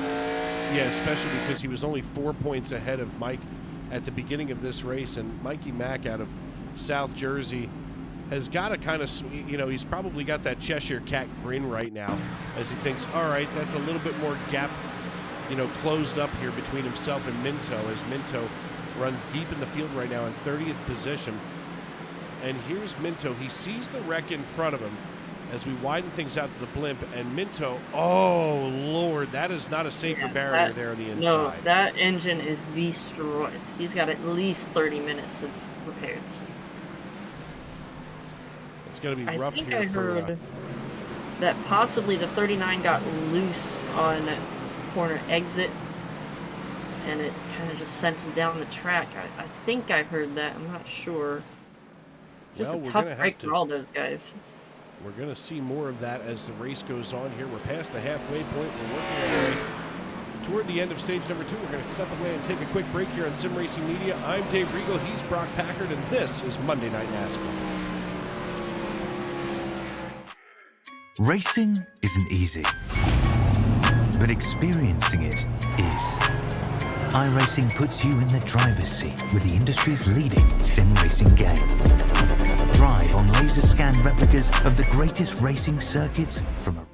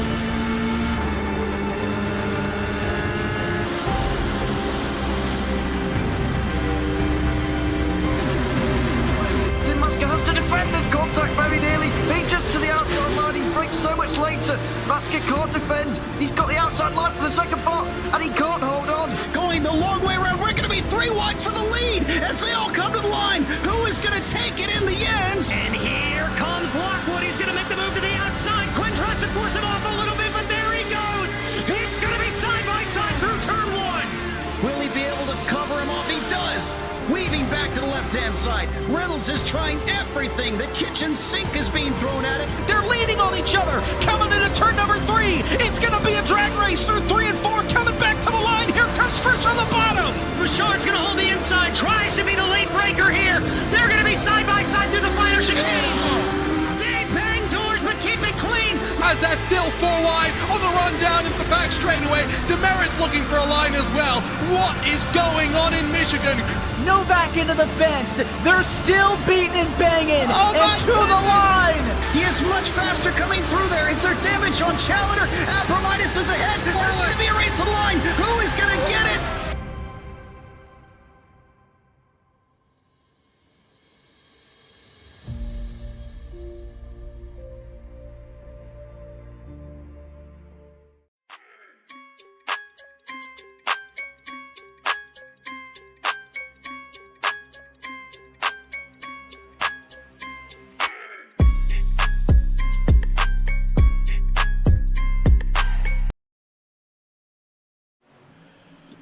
Welcome back to Indianapolis Motor Speedway. Going to be 6 to go here in stage number 2, this time by Parker Retzlaff. Controls the field here in the number 5 Funkaway Chevrolet. He's joined in the front row by Austin Green, the iRacing.com pace car, getting ready to peel off down pit road. Dave Riegel and Brock Packard with you here in the SRM booth as Brock's making his debut here on SRM's airwaves. We appreciate you coming out, buddy, and hanging out for the night because, as I was just saying, sometimes it gets a little lonely here in the broadcast booth as we hit the Geico restart zone and watch the rear end of the 32 and the 5 drop to the asphalt as they have all kinds of torque at the rear of these Xfinity cars.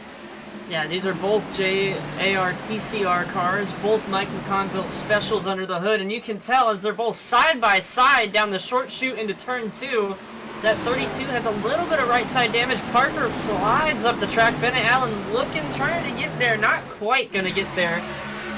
Bennett Allen still sniffing that 5's rear bumper, and Austin Green going to try and walk away with this one, but Parker said, not so fast, Green man. He's trying to look down to the inside, and we're going to have a race between these, at least top 5. These guys are quick today. Yeah, Bennett Allen's kind of up here in the mix right now with Nick Hansen and Savignano holding down the rest of the top 5. And Bennett Allen is always out here lurking. It's funny, though, as aggressive as Bennett can get around some of these other drivers, he suddenly becomes human around Parker, as now Parker looks to the inside of Austin Green, and now the 5 gets ready to shoot its way back out to the race lead. All of a sudden, they are drag racing between turns 1 and 2, getting ready to come out of 2 and down the back chute. Parker looking to the inside, trying to make it the short way through turn 2. Can't get it done just yet as teammate Austin Green leads this race now. Bennett Allen gets ready to hitch his wagon to Parker's rear bumper, and all of a sudden, he looks like, oy. I Wow. think Bennett Allen might be a little bit of a Parker Retzlaff fan, and giving him that shove down the backstretch. I mean, it was almost a mirror image of the lap before it. Oh, God. Bennett! Can't really park your car on the curb there. Gets back in between them, and oh, look at Savignano here, diving down below the 99 of Nick Hansen. A new livery on the 50 car this week, that Menards. What is that? What's on the hood of that race car?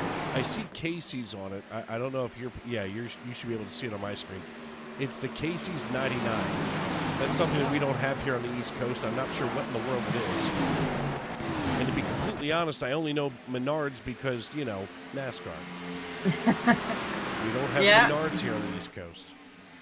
Yeah, Menards is a Midwest deal, I guess. I don't know, but Parker's starting to... Parker must have made a good change that last stop because he's starting to walk away from Austin Green, or possibly Austin's right front damage, as you can see a little bit of a scuff right in between the, right above the 32 on that front bumper there. That's definitely going to be some aero damage. Oh, right when we cut away, Bennett almost turned Austin. They're going to get pretty close. You can hear Austin's tires screaming. That right front's got to be cooked. Just as we went to that right front cam, you could hear the wheel. I mean, first of all, you could see it wobbling, and wow. Oh, there it goes. Oh. What a race we are having for the top second, third, and fourth right now. And these guys are throwing haymakers as here comes Savignano. Savignano starts to draft up to the rear of the 15, and all of a sudden Parker is not just running away, or walking away, I should say, but he is jogging away from Austin Green and Bennett Allen. Now, Bennett just about had himself a handful of Austin Green's window net, but now he's started to fall single file here as we work lap number 58 of 100. We're on our way to lap 60 for the end of stage number 2.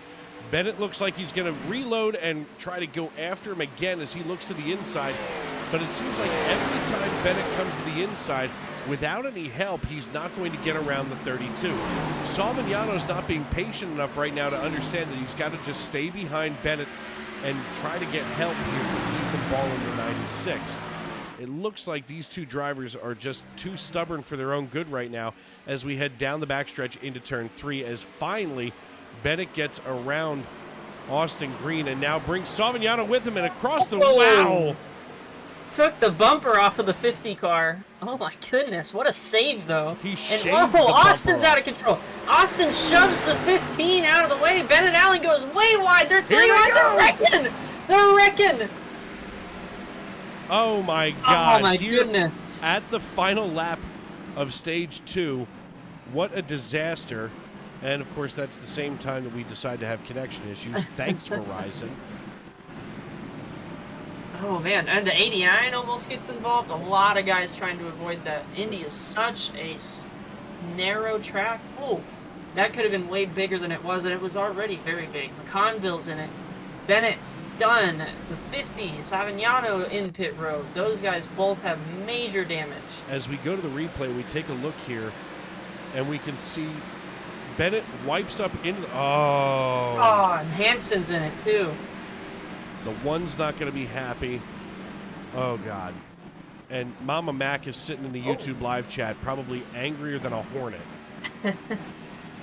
I mean, and here's the thing. You know, this is one where Bennett kind of broke loose, whacked the wall, and, you know, you don't have any reaction time as a driver out on the racetrack to be able to try to get back out of the way. Yeah, and that one car is destroyed. Crabbing all over the place. Major rear end damage for Mike McConville. Yeah, I think he just towed it down to pit road. Yeah, if we could go back and see the entry into turn 3, that 32 car was very aggressive coming to the green checkered. He boots the 15 out of the way, muscles him up the track, and that's what starts this whole thing. Puts him up the racetrack and drag racing all the way to the line with the 96 there. And oh my goodness! Wow. I didn't even see that originally, but Mikey Mack was just upside down.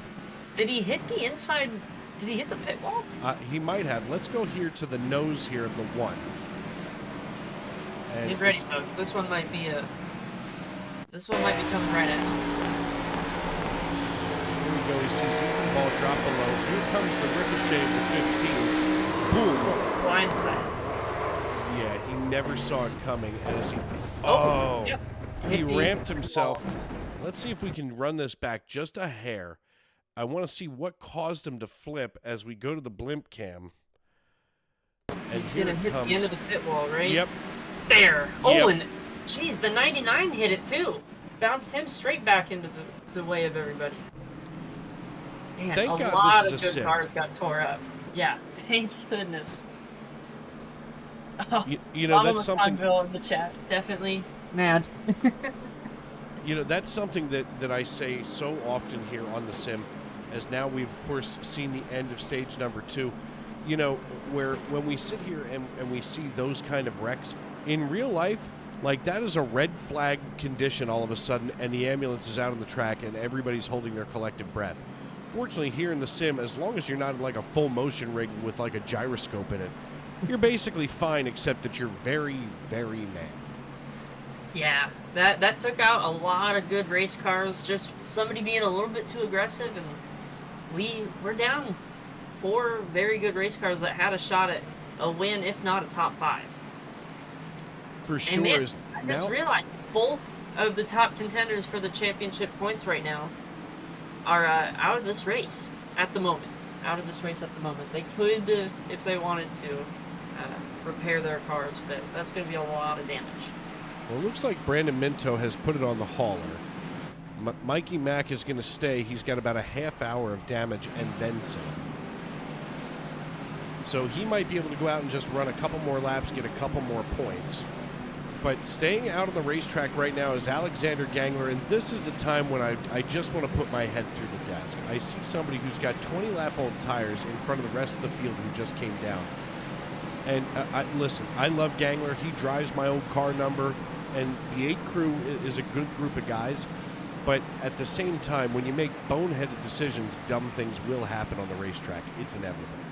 Well, it's going to happen, but when you're mired back that far, like the 8 was, sometimes you got to take a chance. But we've seen this before. He hasn't. This isn't new for the number 8. He's done this multiple other times, and it hasn't worked for him. But hopefully, maybe this will be the one time it does work out. But I just feel like tires are going to be way too important. You know what they say, what the clinical definition of insanity is? doing the same thing over and over again, expecting a different result. But I mean, you know, there has to be some level of crazy to be a race car driver in the first place, whether you're virtual or real life. I mean, you know, first of all, the amount of time that these guys spend working these setups and trying to make things work for themselves here on the racetrack, that's insane. So as it is even for those of us with day jobs. Yeah, I've been lucky enough to help Mike a couple times with the setups. Man, just by the little bit of time that I was able to give, he has put a lot of work into these cars, and that's why we're so successful as a team with JAR and TCR. But man, it is definitely a lot of time, a lot of effort, and when you don't get the payoff, it definitely hurts a lot. But like we said earlier, the 8, the 08, and the 23 all on old tires, and I believe the 14 is on old tires as well. Yeah, the 14 last came down on 52. 1, 2, and 3, the 8, 08, and 23, they all came down on 42. Oh, so, man. You know, this is going to be an interesting restart to watch as a good restart gets Alexander Gangler. He does well, but Sylvain Joly and Derek Bacorn, they both slide the tires a little bit. Now Parker's got to decide how aggressive he wants to be as we go on board with him, you know, here on the restart. He's got to bring those tires up to temperature in the first place, but he's also got to understand that if he gets around here and disturbs any of that air, he can wind up getting collected in something stupid real fast. Yeah, and Dave, as a crew chief and engineer at this moment, I'm telling my driver, be patient, be patient, be patient. We've had the best car all night. We just got to be able to get to the end. We know we're faster than these guys. Their tires will wear out, and we still have about 40 laps to go on this run. And you might be able to stretch fuel that long, but it's very unlikely. So we're probably going to have to make another stop. We're extreme save mode. So just be patient as a driver. Get around these guys one at a time. Give them room. Make sure that they know where you are. And here goes Parker surgically now, getting through these slower cars. And while Parker gets up there and starts to cut through these cars to find his way back to the lead, we take a peek here at the 0-0 of Kavaja Holt. Now, you know, first of all, I'm incredibly biased, especially towards some of these drivers that I've known for such a long time, both from my time on the track and here in the booth. And, you know, Kavaja is one that I'm always quietly rooting for because he and I both have a common friend in Barrett Coffey, who is definitely the Jedi Master for Kavaja. And, you know, here's the deal. He starts to work over top of Christian Noble here as Kavaja's got the newer tires than Christian. He's gonna, wow, what is the 39 doing? 39 trying to make it 3 wide here, staggered 3. And this is the 14 of Noble's first race here on the Monday night. And the 39, so 2 rookies in the series. There's a 23 way wide. Look out, this could be interesting. Into the wall. Everybody, great. Good heads-up driving by all the cars behind the 23 there. That was very sketchy. That's called wholesale checkups. And Yeah. you thought that it was just something that happened at the doctor's office at the beginning of the game. I hate to take away from this battle right now, but that 32 of Austin Green is starting to walk through some of these guys, and no offense to Austin, but he has been very aggressive getting through traffic here lately, so I would be interested to see if he can be able to get up there and pass Ethan and maybe try and get a shot at Parker, but he's pretty far out there. Austin Green here running in P4 right now, just behind Ethan Ball by about 0.3 of a second. I mean, he's starting to clean up some of that distance between himself and Ball. The thing is, Sylvain Joly is starting to gap Parker by 1.6 seconds on 8-lap older tires. That's, first of all, at least for my money, that's impressive. But, you know, Sylvain out of Saint-Eustache, Quebec, I mean, for starters, he is one of these drivers that I think sometimes just needs the right opportunity, and when he gets out here and is able to lead laps, he does, and he does so in big ways. Parker right now running P2 as Ethan Ball has now gained 10 spots and sits less than 0.2 of a second behind Parker in the 5 machine. Princeton, West Virginia native Ethan Ball now running in P3. So right now it goes Joly, Retzlaff, Ball, Green, Holt, your top 5. And now swinging to the inside underneath Parker is Ethan Ball, and he brings along Austin Green. And now it's Jolie Ball and Green, your top three. Yeah, this is very interesting to see play out. I think Jolie has a fast race car, but I don't know how those tires are going to hold up throughout the run. Obviously, clean air is going to help him, but we have to think about fuel here now. He's got less fuel than these guys, so he's going to have to pit earlier, and that gap between tires and fuel might hurt him on the long run here. If he can catch a caution with maybe 20 to go, he might be in a good shape, or in good shape here. But Parker uncharacteristically falling back. Ethan Ball, my office mate, funnily enough, leading the TCR charge at the moment. Look, Ethan Ball is one of the drivers that I've really started to pay attention to. I mean, first of all, I've become completely biased to literally all of you in the JRTCR stable. I mean, watching you guys do what you do week after week, to me, is downright impressive, and that's just because I'm a civilian. I get to watch this from up here. It's not frustrating because I'm not a driver trying to chase one of you down. But, you know, Ethan out here right now, leading Austin Green by less than 0.2 of a second, still trails Sylvain Joly. But that lead is starting to disappear now as Ethan starts to chase Sylvain down. Yeah, and all the TCR JAR guys have worked super hard week in and week out as Ethan goes a little wide, maybe looking a little bit too long in that rearview mirror. Ethan's got to calm down. He knows he's fast. He's got a great opportunity here. A lot of guys get caught up in the fact that we're racing real race car drivers and that we put them up on this pedestal and think they're some sort of sim racing gods. And don't get me wrong, Austin and Parker are very good at what they do, but we are able to stick it to them every once in a while. So Ethan's got to calm down, get the car back under him like he's doing, hit his marks, and chase down Joly because he is chasing him down. And oh, we got a yellow on the track. Ron Fitting being shown as going off track. He's going to be the impetus of this one. Let's take a look here at the 77 out of Schwanksville, Pennsylvania, as we go high above from the blimp cam. I feel like, and maybe this is just me, but the wow. Oh dear, checking got up, a nose not full quick of enough. the 8. It Oh spins. man, that's a big one right there. Let's watch Rich Jet, because Rich Jet has to be angrier than a Keebler out getting loaded the fudge pack. Rich Jet thinks he can get around it. He checks up, and all of a sudden gets punted by the 14 unintentionally. Yeah, that's just wrong place, wrong time. 14 looked to be sliding up the track. Rich looked to be sliding down the track.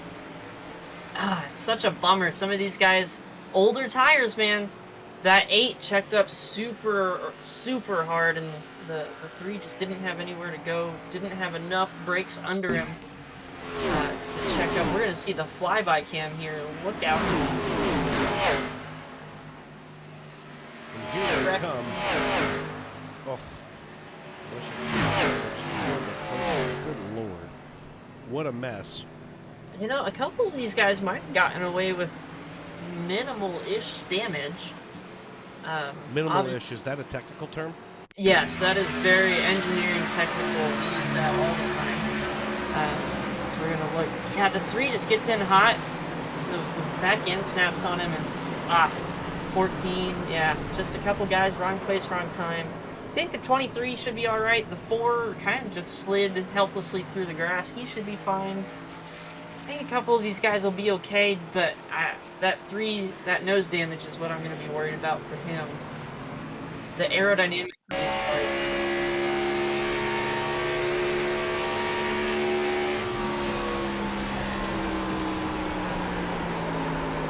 cars. Sees it. Oh, you can hear him slide. Yeah, that's just a little bit of a setup issue. The brake bias probably a little bit too far to the back. Got on the brakes harder than he thought he could, and man, that's a tough one. And everybody coming down pit road except... Nope, everybody came down in the top 5. Yep, everybody actually on the lead lap. All 18 of them come down pit road, including down to John Bawalda, who's the last car on the lead lap. Sylvain Joly dives in. He was leading this race. Now we see Austin and Parker coming down here to the 1-2 slots. Everybody's going to slide in, and of course now is when iRacing wants to throw up. And I don't understand this, and maybe this is just me being frustrated with the connection issues. I think I may finally have a justifiable reason to buy a new video card. It may finally be getting to the end of its life. Oh, I think Ethan Ball just beat him off pit road. He did. He did. What a pit stop by Ethan Ball. Goes from, I think he was, what, second? He was second coming in. Second to first. That doesn't sound like much, folks, but in this race, with this track position game, it is going to be huge. Putting Austin Green to the outside, putting Parker Retzloff on the outside as well. Outside is not the preferred lane. So that was a huge pit stop, and he beat him by, not much. No, by a nose. And here's the thing. Now, with Retzloff back here in 4th position, Ball's going to control the field.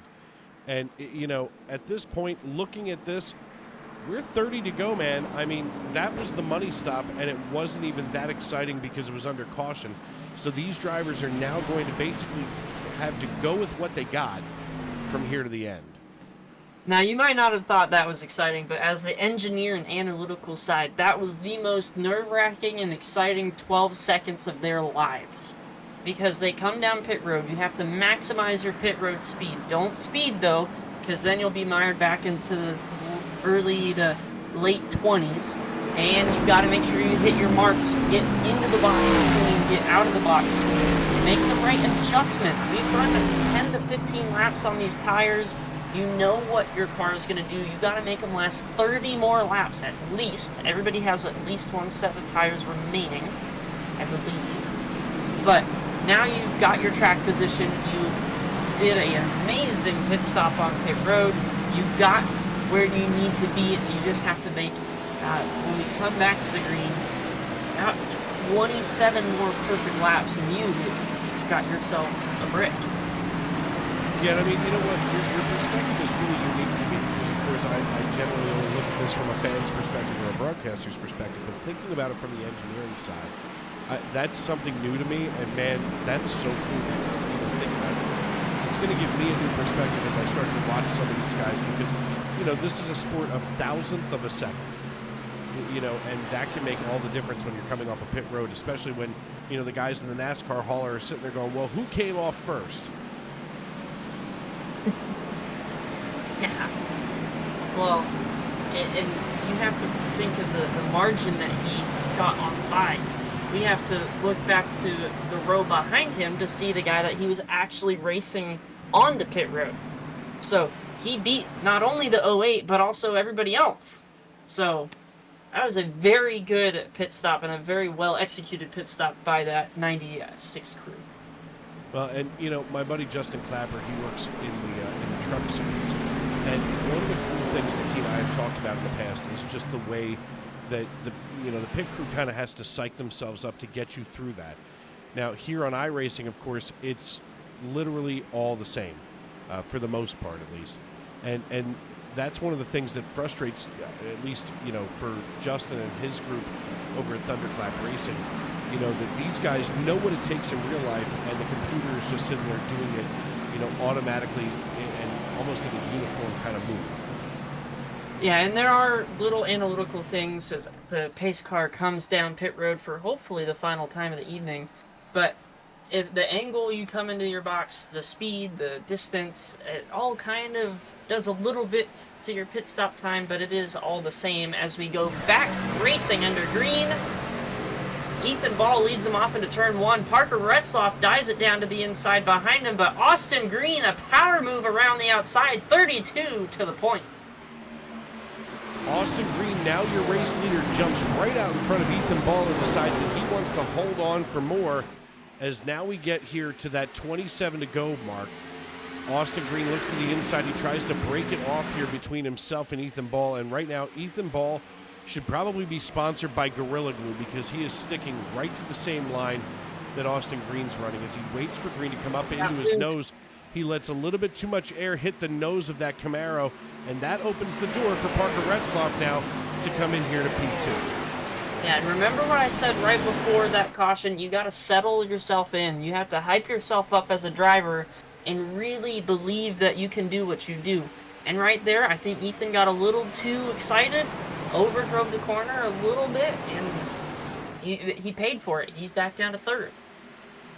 Austin Green running this race now from the lead. He's got nearly a half-second lead over Parker Retzloff. Ethan Ball running P3. Sylvain Joly and Payson Lindsay in his debut race tonight rounds out the top 5. And, you know, that's got to be a good feeling, but some of the mess that Payson came through has got to be frustrating. And, you know, it's been a long time since I was new to this league.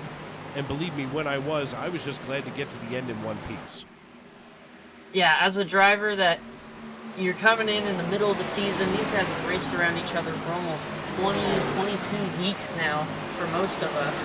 We know how we race. We know the guys that are going to be aggressive. When you come in brand new, you don't know anything. You're coming in, they don't know how you drive, you don't know how they drive, and you're just doing the best you can with what you got. And he's done a great job as Lindsay. This car was backwards about 20 to 30 laps ago. Like, he has done a fantastic rebound here in that 39 Worldwide Technologies Chevy Camaro. Taking a look here at the YouTube.com live chat, Devil Charger saying that he's here for Parker Retzloff. Trent Curtis, not to mention Mike is currently rebuilding his PC right now, so he might have flipped using my computer. Oh, that's lovely. Never mind, Mikey Mack clarifies and says he's on his next Parker man. And you know what? Devil Charger's not wrong here. It seems like Ron Fitting, it's not me, Burlington. It's Verizon. I don't know what the deal is. I switched internet carriers. It's still a problem. So obviously this is, like I said, a good time to buy a new graphics card and make an excuse for it. As Devil Charger also says that Ron Fitting's always getting wrapped up in other people's stuff, and he wouldn't be wrong. Yeah, Ron's getting kind of the blunt end of the stick on most of these wrecks, and that's just kind of the purgatory that is midfield, and it's so hard to get out of midfield. And when you get those kind of crappy luck moments, it's definitely hard to get out of that. Yeah, I consistently finished between 21st and 22nd for like 9 weeks in a row, and that was the time that I decided to hang up the cars. I consistently was finishing mid-pack because I was stuck in other people's mess. Going fast time right now is Austin Green at 53.80 seconds. He laid it down 53.85. Now he's 53.80. John Wilco here working just behind Kavaja Holt in the number 62 Chevrolet. A little Chevy on Ford action here coming out of turn 2, into turn 2 and getting ready to go down the backstretch. John Wilco has been a patient driver, and I think that as we get deeper into the year, and of course deeper into his career here in the Xfinity Series, we're going to see good things out of this. And I'm not just saying that because he represents the 570 area code here in Pennsylvania. Yeah, this 62 car week in and week out has been getting better and better. I know when I first got in here, it's, we got smoke and a caution. Where is it at?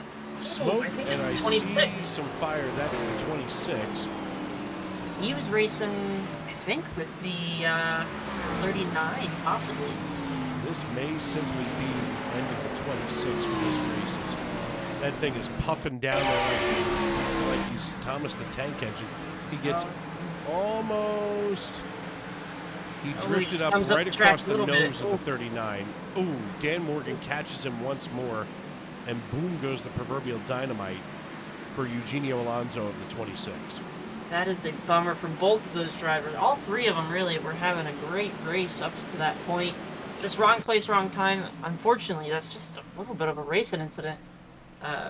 Especially here, you just get a little bit tight or loose off the corner, and that guy has to be right on your right side quarter panel, and if not, you survive. But if they're right there, you're in the wall. And unfortunately, all three of those drivers have pretty substantial damage from that.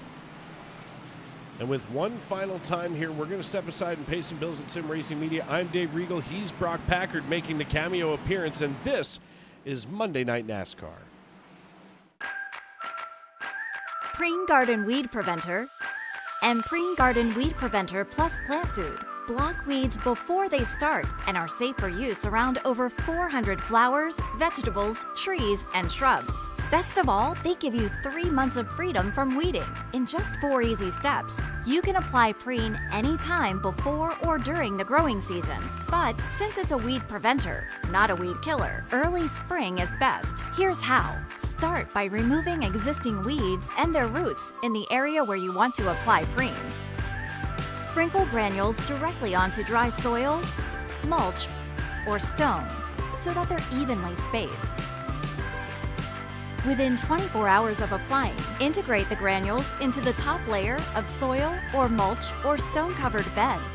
Finally, water with a hose or sprinkler, or a well-timed soaking rain to activate the protective weed barrier. When activated, preen creates an invisible weed-fighting barrier just below the soil surface that targets and prevents weed seeds from sprouting and forming roots. People and pets may enter the treated area once dusts have settled and the area is thoroughly dry from watering or first rain.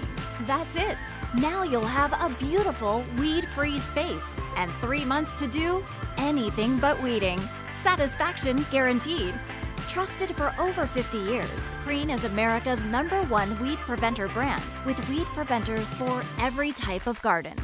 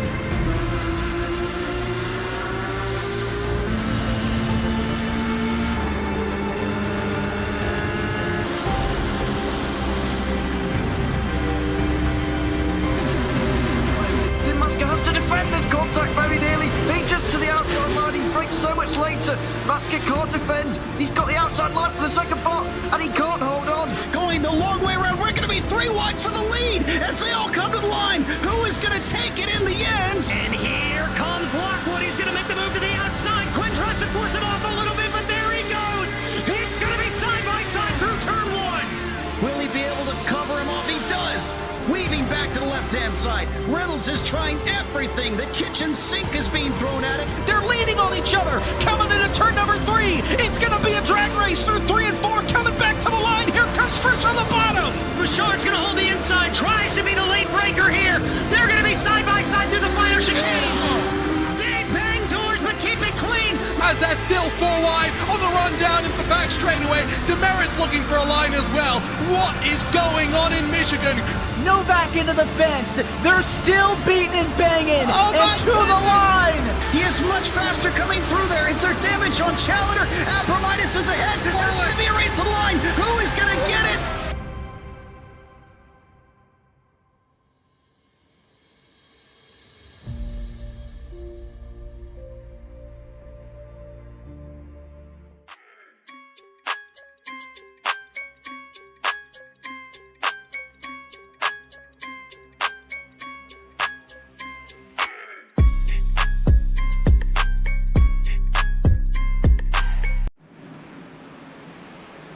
And welcome back, ladies and gentlemen. It is the Monday Night Xfinity Series here on the Sim Racing Network.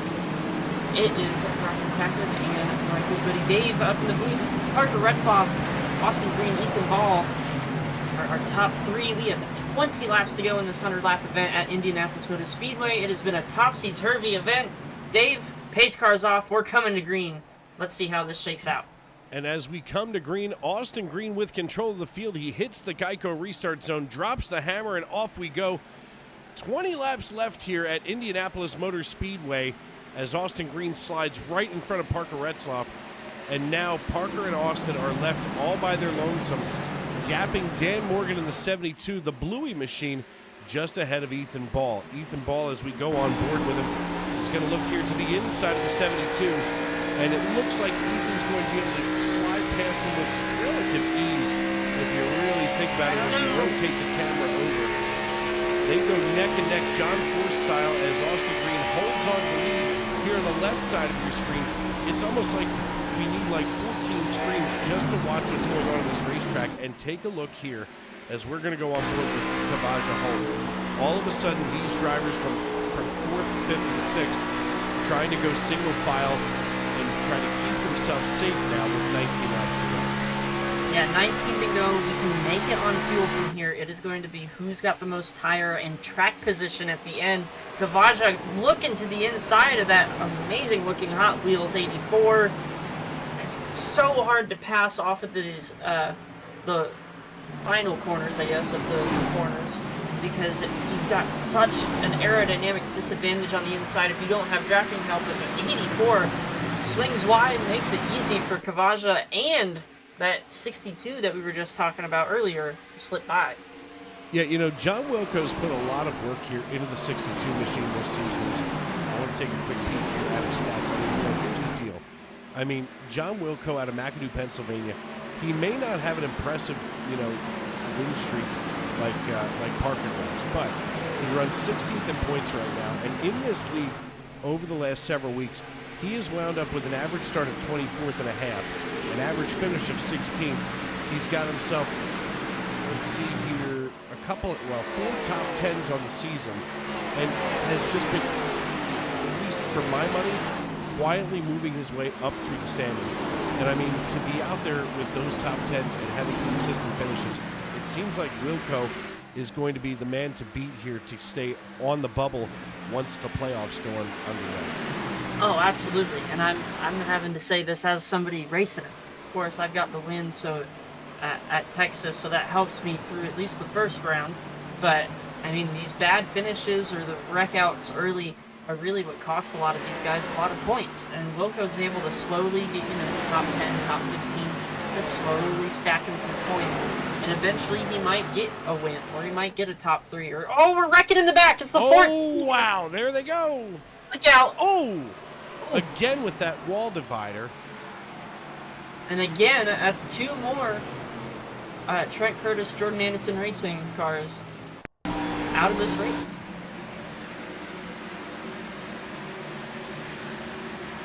Oh, he gets loose off the corner. Oh. Oh my goodness.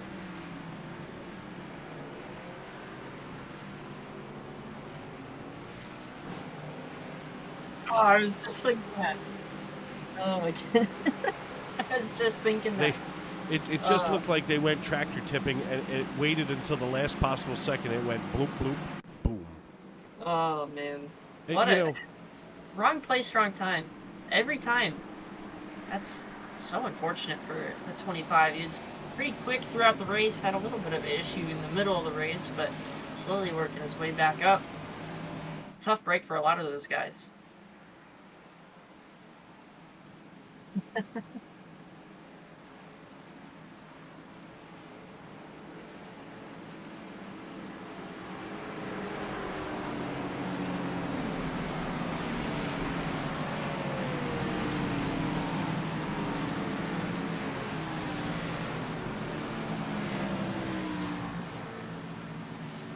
Ooh. Ooh, that was close. Not close enough to get a penalty, but that was definitely close. Trent wants to know if he's going to be broke after this race. He might. He I don't might know. be. He might.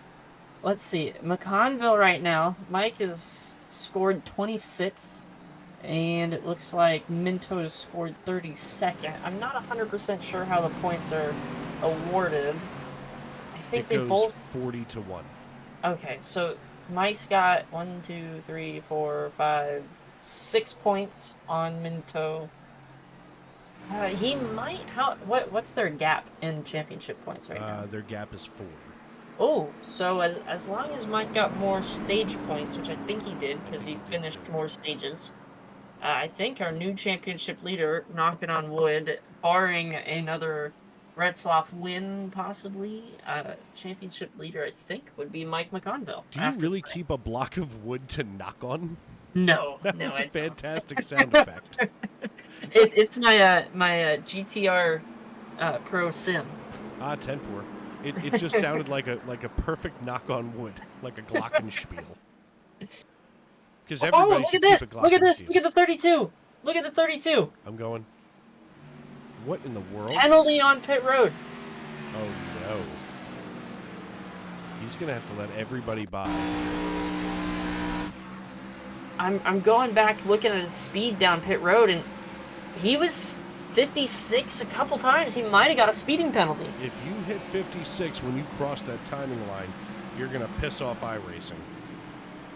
He was holding 56 for a couple of seconds through the first segments of pit road, so I'd almost put money on it that he got a speeding penalty for that. That is huge.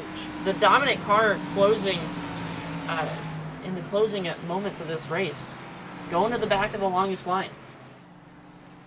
Well, that's going to cycle John Wilco up here to the lead out of McAdoo, Pennsylvania. He's going to be alongside Sylvain Joly with Matt Mackin and Parker Retzloff in tow. Ethan Ball, Dan Morgan, Kavaja Holt, Ron Fitting, Logan Giesbrecht, and Rich Jett make up your top 10. And I'll tell you what, these are the names that, especially at least, Morgan, Holt, Fitting, and Giesbrecht, that I don't get to call very often. So I'm excited to see what they do now that they've got the fresh tires. They're going to be around Parker when the green flag flies. The question becomes, how long do Parker and Ethan wait, before they start to make the move on Wilco and Jolie? Yeah, and that's a tough question. I think our top 3 is on older tires, but it's not by much. I mean, we went back racing with 20 to go. We're almost down to 15 to go this lap. So it's only 5 laps. If they have the clean air, there's no telling what could happen. We already saw Jolie pull away from the field with the clean air. So this is what makes me excited as an engineer. Strategy playing out. The 01 hasn't been up in the running all night. We've got fast cars in the back. We've got fast cars way in the back with the 32. The field is slowly dwindling as we're wrecking more and more, but we've still got a hefty majority of the cars left. 15 laps to go. Pace car is getting ready to come off. We're about to see a very hectic restart. Retzloff is on the outside. Ball is on the inside. We've got 4 cars in between Parker and the leader, give or take, depending upon how this restart goes. We're going to see some fireworks before the end of this thing. Mark my words. Listen, if I was a betting man, and I'm not usually, I would definitely follow your advice here and say, we're going to see some fireworks here, especially here in the waning laps of this race at Indianapolis Motor Speedway, live here on Sim Racing Media. Dave Regal and Brock Packard with you here in the Tony Trapasso Memorial Broadcast booth as Brock's making a cameo appearance after a rough night here in the TCR Jar stable, and John Wilco hits the loud pedal, and away we go down the front stretch. Wilco not wasting any time as he goes back to green flag racing, and suddenly he's got a rear view mirror full of Parker Retzloff. Yeah, speaking of not wasting any time, Parker Retzloff comes down pit road, takes some adjustments, maybe some fresh tires on that number 5 Punkaway Camaro, and he is all in the mail. Here he comes, Wilco. You better block quick and you better block fast, and he's not going to block. That's not going to work out for him as Parker's already down to the inside, and new leader, number 5, Parker Retzloff. It's almost like Wilco's no dummy. He's like, you know what? I know you've got the faster car. Let me go ahead here. I'll keep the points, and I'll try to hold off Jolie as we run with 14 laps to go. And sometimes that's what's the difference between a smart race car driver and a crazy race car driver on. Yeah, and Wilco, like you mentioned, points racing. I don't think has a win yet. Just trying to get those points to make sure he's safe to the bubble. And right now he's doing exactly what he needs to do, following the tire tracks of Parker, keeping Jolie behind him. Even if he finishes in the top 5, it's still going to be a great night for him.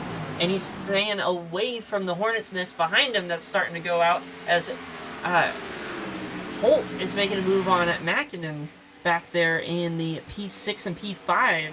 This is a Hornet's Nest getting ready to explode. Yeah, Matt Mackin has battled his way back up here onto the lead lap after some unfortunate, incidents happened earlier in this race. But, you know, he has persevered through that, and now he watches Kavaja Holt run away from him here in the double zero as we work with 13 laps to go. I've got to be honest, I'm starting to wonder what we're going to see as Retzlaff starts to run away from Wilco, and just as I say that, Retzlaff goes and lays his fastest lap, and now Ethan Ball lays a 53.44. All of a sudden, this is a measuring competition, and whose is bigger as they try to go faster. I'm telling you, if Ethan gets... Oh, we got a caution. This changes a lot. The 39, possibly? The 67? 67 of Sam Boland. Let's see. Diving down inside of the 06. He got tight and came right up into the 06. Whoa! Oh, good Lord. Just a little bit of iRacing physics for you to lighten your mood. Yeah. What a lovely evening for that. As we're going to go back to this replay from the nose here. Payson Lindsay coming down the front stretch. Payson here, ladies and gentlemen, inside. He can see the 67 getting tight. He thinks he's cleared it. You know what? That's got to be frustrating, because now let's look at this from his perspective inside the cockpit on the helmet cam. You know, first of all, that's why I've set this camera up to where it's got to be. You know, you can't see this from inside the car. He sees the 67 get tight. He's already fighting a loose car. He sees them wreck, and he's like, all right, I'm just going to get around it, and boom, right to his blind side. Really? Man. That is a prepare for takeoff moment in that one. That was a hard hit by all three of those cars. Definitely a lot of damage, but look what this does to the running order. We've got Retzlaff, who's been one of, if not the fastest cars all night. We've got Joe Lee, who's been battling back and forth from the front to the back to the front to the back, and now finally finds himself on the outside of the second row, or the first row, excuse me. John Wilco, somebody who we don't get to talk about too often up in the top 5, he's sitting in a pretty good position to come away with some very good points. Ethan Ball's just set his fastest lap a lap ago. He's on also the second freshest tires behind Parker. And then we've got Kavaja Holt, who we haven't really seen much. And then 3 of Ron Fitting, who again was in a wreck about 20 laps ago. It is anybody's race for a top 5 at this point. Yeah, and I mean, you know, here's the thing. Once, and I hate to say this, but I'll say it live on the air. That way it's on the record. I said it, and that's all that matters. You know, sometimes once the trash gets taken out, whether it's good trash or bad, you know, sometimes you have to throw away that milk, even though that it still tasted pretty good.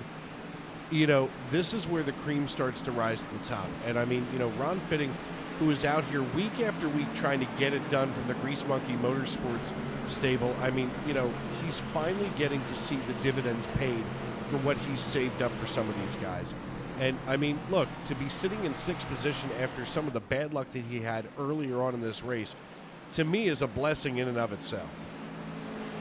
Yeah, and these guys, and I'm okay with being part of that trash, because the cream changes almost every week here. These guys are so talented and so just the difference of driving styles week in and week out. Sometimes you got good weeks, sometimes you got bad weeks, but we always have a very exciting race at the end. Different players every week up here. So these guys are working so hard, and finally a lot of these guys able to see all that hard work get paid off. Other guys like myself and everybody from basically 21st down have to wait another couple of weeks to see that payoff. But these guys are working their butts off week in and week out, racing hard, racing clean for the most part, and they're seeing their crop finally grow in their fields and being able to harvest, get some good points off the day, and we're 10 to go. So a couple more cautions here. We could be seeing green-white checkers. We won't be tight on fuel, I don't believe, just because of the amount of cautions we've had the last 30 laps, but definitely going to be all about restarts, not blowing your tires off. And oh, look, there's me. We don't need to look at that. One. Rubbing salt in the wound. What you trying to say there, Dave? Nothing. I just went to hit. Exciting, and it literally bounced to you. Oh well, you know, color commentators are always exciting. I was not ready for that one, and all I wanted to do was pull up Parker's driver information, and instead, it pulled up you when I hit exciting instead. By the way, Well, is Zephyr Hills 2 words in Florida? No, it's one word. Okay. So Zephyr I Hills. really have to work on this one.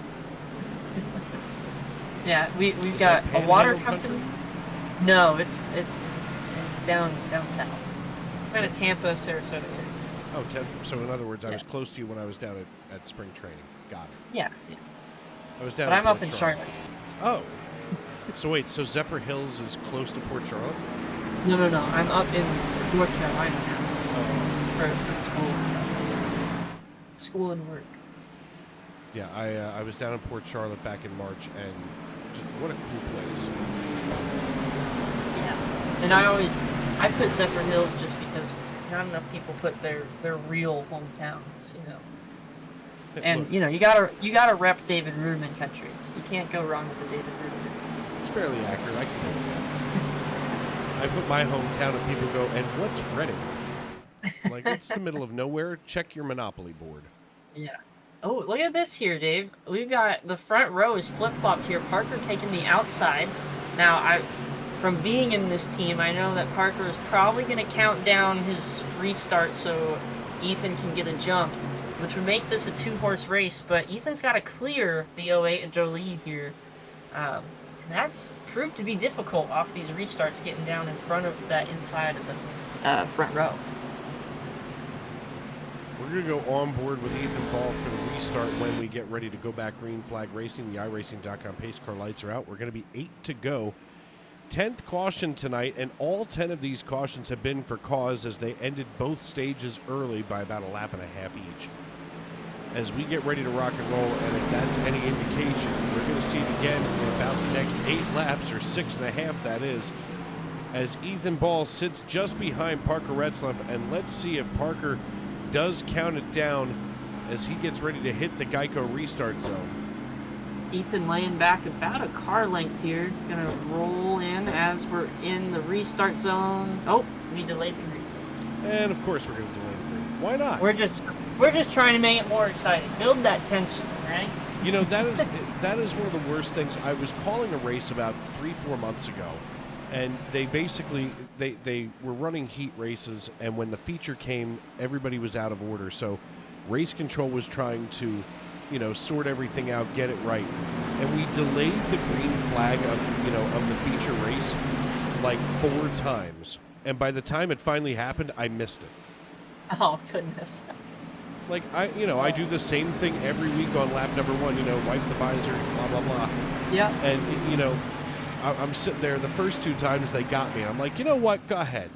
I poured myself another bourbon and sat there to wait. We all have our bad days, even in broadcasting. Well, of course, the wipe the visor is a tip of the cap to Tony Trapasso, in whose broadcast booth we're named for. And you would have loved Tony. He was an absolute class act here in the booth. And he let his emotions sit right there on his sleeve. He would be watching this, and if you delayed the green for any more than 1 or 2 times, he was going to let you have it on the air. Well, I always enjoy a broadcaster that isn't afraid to, knock a couple people, even if that is the people that's paying you. But some constructive criticism never hurt nobody, and it definitely has helped a lot of people. But I think this time we've got everything situated. All the cars that need to be where they need to be are where they need to be. And we're going to try this one again. Just remember, here is wherever you are, and right now, here, as we come out of turn 4, back toward the front stretch, the iRacing.com pace car gets ready to make the hard left turn down pit road. We go on board here with Ethan Ball as he gets ready to do it all over again. He's waiting for the countdown clear from Parker Retzlaff. Creeping, going. A good restart by both of them. Definitely counted down on that. I think Ethan's going to be side by side again. Going to be hard to clear him. I don't know if he's going to be able to do it. He's going to have to hang it on his right rear. Not going to get there. To get the run off. I'll tell you what, you are going to have to peel this P2 finish away from Sylvain Jolie's cold, dead hands. Oh, I think both of these drivers are going to be saying the same thing to each other. Ethan coming off of a top 3 finish last week at Pocono. So he's going to be running his butt off. And Uh-oh. He's almost... Wow. Jeez. That is going to be the Geico save the race as we look back here at the 00 of Kavaja Holt. Oh my God, they're still doing it here. That is the official new pass in the grass for the 32 of Austin Green, and somebody just got punted behind them. There's Rich Jet going to the inside. Folks, I think Rich might have some left side damage. Folks, we're going to go to the replay right now because I think this is the brand new pass in the grass as we're going to look just ahead here from our eye in the sky. Let's watch the 32 of Austin Green come right up behind Dan Morgan. He sees a problem on the high side and shoots to the grass and still completes the pass around Kavaja Holt. I don't know how he did that. That's without a rear bumper as well, folks. That's without rear downforce, essentially. That is incredible. That's dirt tracking it to a whole new level. Well, you know, I mean, I know that some drivers, they practice losing control of the car, and obviously the 32 has done that. Now Parker Retzlaff starts to step away from Ethan Ball by 1.5 seconds-ish. As Ethan's still trying to hold off Sylvain Joly, but John Wilco is lurking back here in 4th position with now 6 laps to go at the line, as Parker just went 5 laps to go and laid his fastest time of the race down at 53:20. Yeah, I love my boy Ethan, but I don't know. I think he wasted a little bit too much tire with the 08 of Joly, and Parker's stretching it right now. 1.63.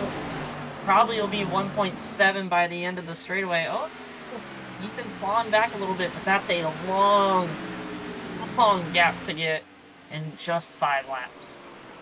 Sylvain Joly starting to draft up behind Ethan Ball, but not able to close the gap.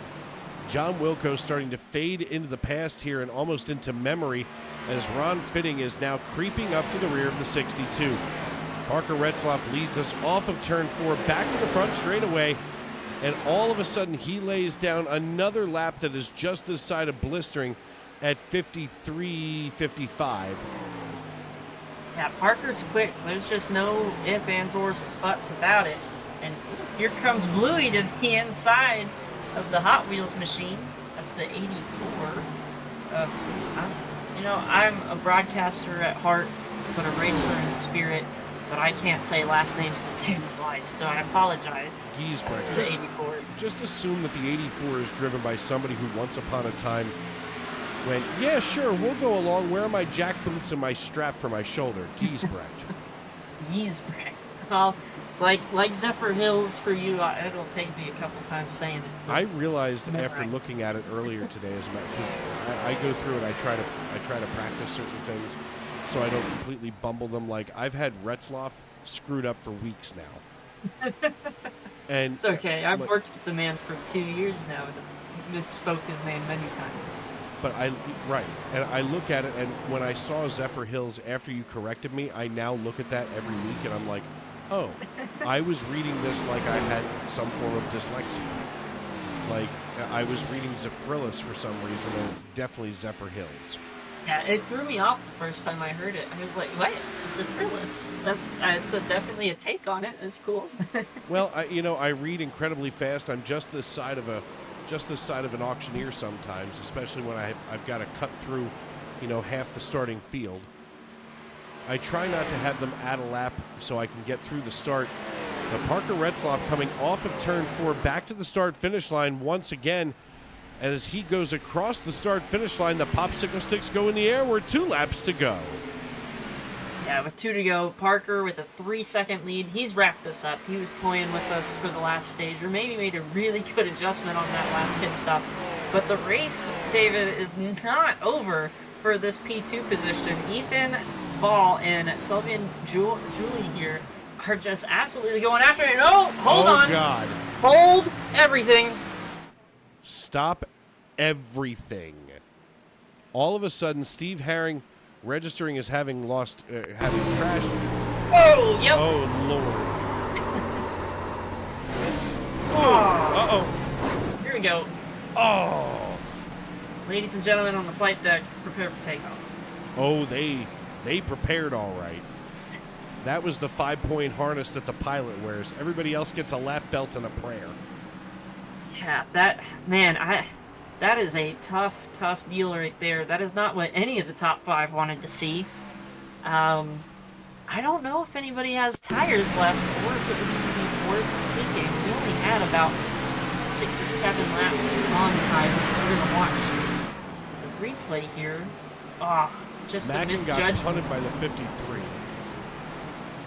And as he washed back up, so he saves it. It was the Josh Herring and whoever was behind him, I think, got into it when he was sliding out of control. Yeah, Steve Herring here coming into turn 1. There he is. He was dirt tracking it behind that mess. Or no, I'm the 63. That's the 69. I'm sorry, the 89 of Steve Herring. 89. But who hit him? You know what? Let me run this back because I'm not entirely sure. Let's take a... I think it was the Worldwide Technology Chevy there. Yep, it was. Yeah, there 39. It is. That's the 39, and then the 38 got in on it. That's Andrew Deemer. And just, yeah. Deemer shoved him up here. Chaos corner of the night, for sure.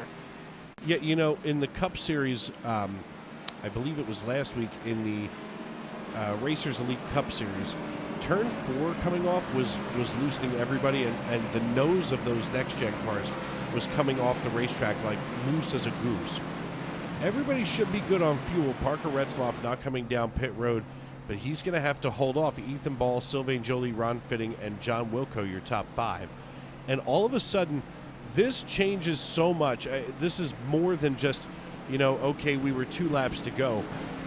He was just out here gapping everybody and now has to work his tail off to hold everybody off for the next 2 laps.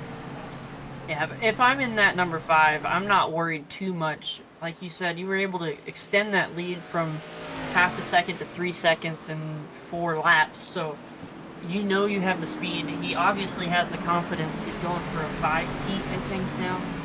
It's everybody else that's got to worry, and I hate playing the I guess the fanboy over Parker because I worked with him, but he's a darn good driver and he's a good restart man, and he'll be a team player, and this is not talking anything bad against him because at the end of the day, we're all race car drivers and we're going to do what's best for us, but with a green-white checkered, he might not count this one down for Ethan.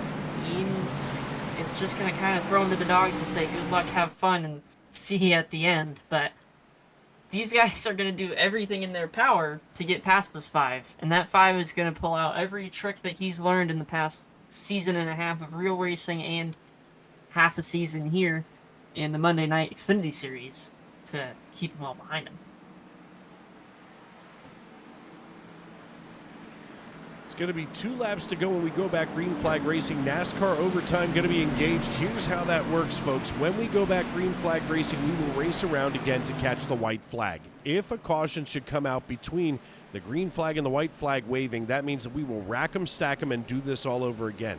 If the white flag flies, the next flag ends the race, whether it's yellow or checker, and it will freeze the field, and that will be your final running order. Parker Retzloff going to have control of the field, followed by Ethan Ball, Sylvain Joly, Ron Fitting, and McAdoo, Pennsylvania's John Wilco. Here's the thing, you know, Brock, as we get, you know, ready to rock and roll here, some of these drivers, especially now, John Wilco, I don't expect to see too many aggressive moves. I think he's just that smart of a driver. But Sylvain's got to be itchy back here, and believe you me, Kavaja Holt is hungry for another win. Yeah, there's a lot of guys that are seeing opportunity here. We don't know how heavy and how hard these guys are going to fire off. As Parker takes the outside lane, it's a very strong possibility that Ethan gets a good restart, shifts it off into turn 1, and wreck them both. Anything is possible. Anybody in this top 10 is kind of in the catbird seat at this point. Austin Green, with a destroyed race car, is in the top 6. Like, anybody can win this race at this point. And with a couple green-white checkers, we might not be able to recognize this field in a few laps.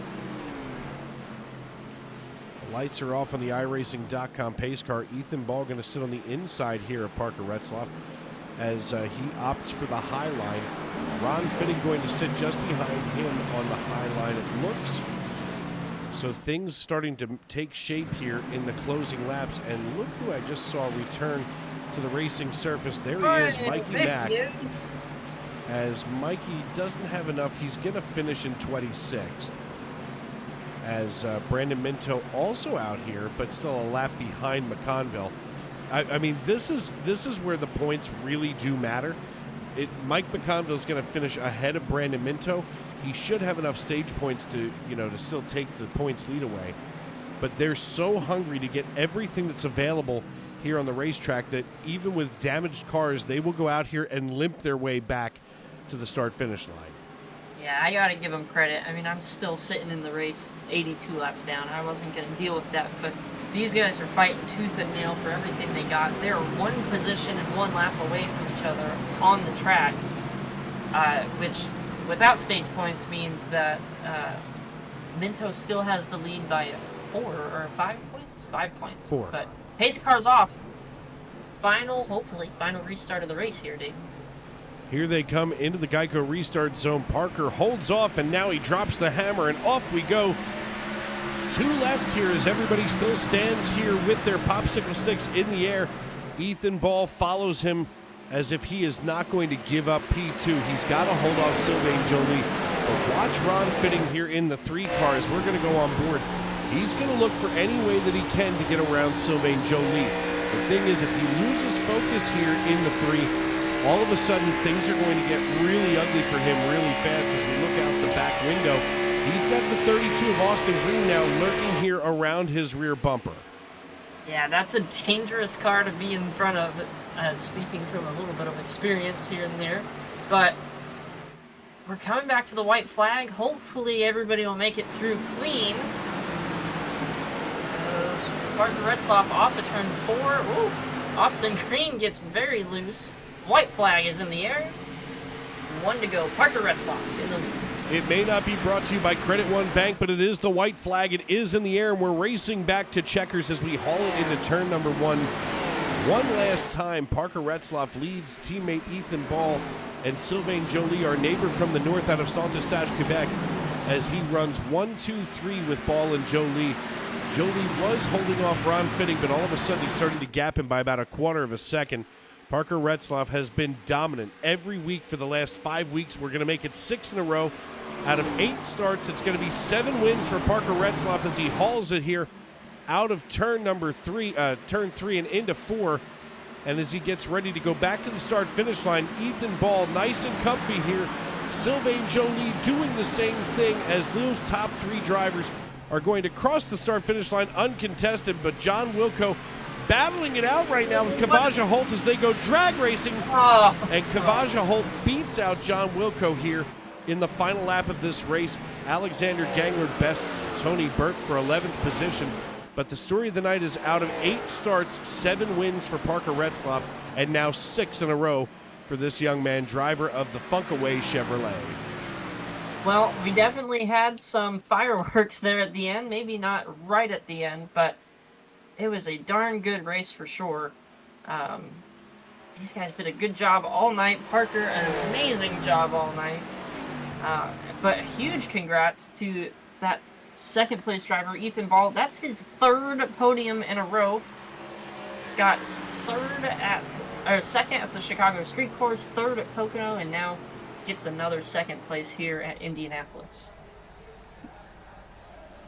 Parker Retzlaff here getting 6 in a row. Next week could be lucky number 7 as he comes down to burn the house at the bricks, as he's going to be joined here on the podium by Ethan Ball and Sylvain Joly as I get them queued up down here.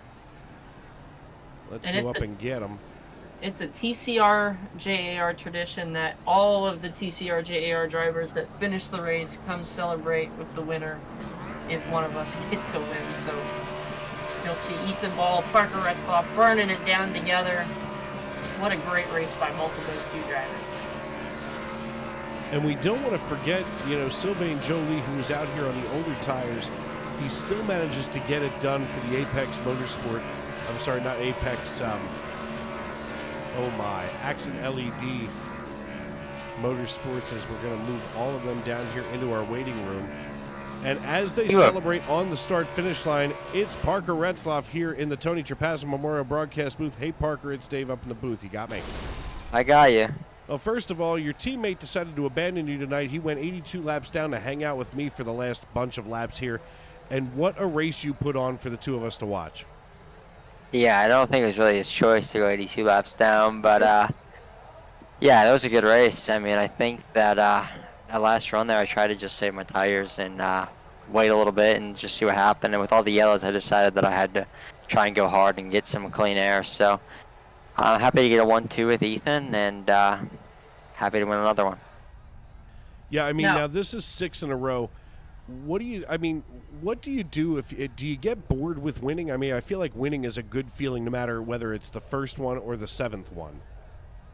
No, because I mean, none of these have been, easy. It's just it seems like somebody always makes a mistake. Like Austin today was really good, and then he made a mistake on pit road and took himself out of the race. So my whole thing has just been staying consistent, making sure I don't make any big mistakes that'll take myself out of the race. Well, you did a fantastic job tonight, and listen, Brock and I could not be happier for what we saw for you tonight here in the 5 car. Who helps you get it done before we get you out of here on the 5 team? Yeah, I mean, just everyone who supports me, and this, of the iRacing side and the real life side, and Funkway for everything they do for me. All right, brother. Listen, congratulations. We'll see you next. Well, actually, no, we've got a couple of weeks off, but then when we come back, we will see you as we get ready for a little bit of a break here in the Xfinity Series.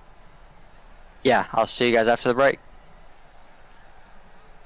That, of course, the voice of Parker Retzlaff, your race winner here. He is joined on the podium by P2 and teammate driver Ethan Ball. Hey, Ethan, it's Dave and Brock. You got us? Got you loud and clear, guys. Well, Brock decided to hang out because he decided maybe 82 laps was a few too many to be down.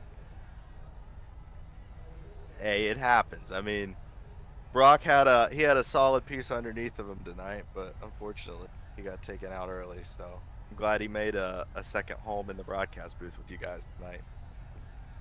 Well, Ethan, you definitely made it an entertaining race. I want to go back to that final pit stop you made. Take us back to that. You come in second, you come out first. What was going through your head, both through pit road and coming to that restart? Well, honestly, I was just mad at myself because at the end of stage 1, I overshot my box and then completely missed grabbing reverse. So I lost like 5 seconds there in like 10 spots. And then all the chaos of stage 2 happened, and I was able to get back up front. And the rest of the race, I was just focused on like pit road. I wasn't even worried about the lap at pit road. So when I saw that one play out, I was like, oh man, we might actually have a shot at this thing. And then Parker, does Parker things and just restarts like a madman. But no, I was trying to stay focused on hitting the marks and not worry about the rear view as much. Well, you did a great job. We got to get that on a shirt, a Jordan Anderson shirt, Parker doing Parker things. Because we sure do say it a lot, both in real life and here in the virtual world. Now, talk to us about how the track and the car changed throughout the race. I wasn't able to get much time behind the wheel, so I don't know how it kind of changed throughout the race. Did it get loose, tight? I know we, as a team, were fighting a little bit of loose off. How did it change throughout the race? Yeah, it was definitely loose stage 1, but I felt like I just had a lot of drive off through the middle of the pack there. So like I knew we had a solid setup. I just tried to make a couple air pressure adjustments throughout the race to tighten it up a little bit on exit, and it definitely tightened up, but not too much to where I couldn't get a deep turn in on the apex. So overall it definitely tightened up a little bit, but we were able to just make it work. Mike and Parker and Nick and you, Trent, everybody in there, Dennis, all those guys always providing helpful feedback and keeping us entertained throughout these 100% races. All right, buddy. Final thing before we let you go, and again, congrats on another podium finish. Go ahead and tell the people who's on your car. Thank everybody who you want to thank. Yeah, I gotta thank Lenders. If you got a tool sitting in your garage collecting dust, put it up on Lenders, download it on the App Store, Google Play, lenders.com.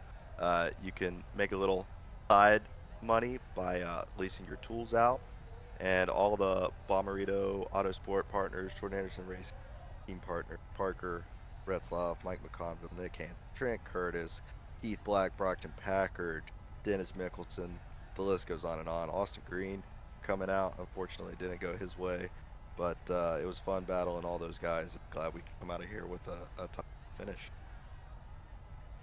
All right, appreciate that. Ladies and gentlemen, P2 on the night in the number 96 Lenders Chevrolet Camaro, Ethan Ball.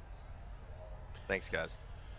Thank you for that, Brock. As we move on from Ethan Ball, and last but certainly not least on our podium, going to be the great Sylvain Joly, our neighbor from the north. Hey, oh, I gotta move him up though first, huh? That would help. The great Sylvain Joly, our neighbor from the north. Hey, Sylvain, it's Dave up in the booth. You got me? Yes. Hello, Dave. Buddy, listen, a hard-fought battle tonight as you hold on to third position ahead of Ron Fitting. What did you have under the hood there of the 08 tonight? Very good, very hot. Puis I have an old tire for this, the last laps. Puis quand the yellows exit, et j'ai fait, oh, it's not lucky for me, mais and finish is good. Yeah, it's still a good finish for you. I mean, listen, you've had a bunch of success this season so far, and I mean, we're looking to see a lot more out of you. I mean, right now, coming into tonight, you were sitting, third position in points. And, I mean, this just adds here to your top fives, as this is going to be your fourth top five of the season. And, I guess my question is, what are you looking forward to as we've got the playoffs just a few short weeks away? I'm not sure I'm sure to your question, but I want to go for the playoff, and I want to many points, parce que I don't have a win. Puis it's very tough for me for the win. Fait que the guys is very hard driver. He's a very good driver for this league. Fait que I want to the point for the stage for the point, and tonight finish third is very good for me. All right, buddy. Well, listen, before we cut you loose tonight, of course, as you look toward the playoffs, who do you need to thank and who do you need to shout out tonight? Who helps you get it done on the 08? Yes, thank you for my team. My Claude is not there tonight, but for the Michel and Gabriel. And thank you for my father, and see every time for my race. And thank you, Dave, for the interview and comment on dit ça? En tout cas, merci beaucoup. But thank you, Chris Claude, for this league. Sorry for my English, hein? Sorry, guys. That's okay, my friend. The only French that I can understand is, bonjour and adieu. So thank you, and merci beaucoup to you. Okay, take care, guys. Bye. Well, Brock, I didn't think I was going to roll out the French tonight, but that was as close as you're going to get to watch me be bilingual. Well, it was bilingual enough, I suppose. Well, one final look here as we get ready to get out of town at the final results, as we see here our timing tower. Parker Retzloff brings home the checkered flag for the 6th time in a row here in the Xfinity Series. He's joined on the podium by Ethan Ball and Sylvain Joly. Ron Fitting comes home in 5th with Austin Green rounding out your top 5. Gavaja Holt, John Wilco, and Logan Giesbrecht finish 6, 7, and 8, while Dan Morgan and Matt Mackin hold down the rest of the top 10. Alexander Gangler and Tony Burt finish 11th and 12th, while Christian Noble comes home in 13th.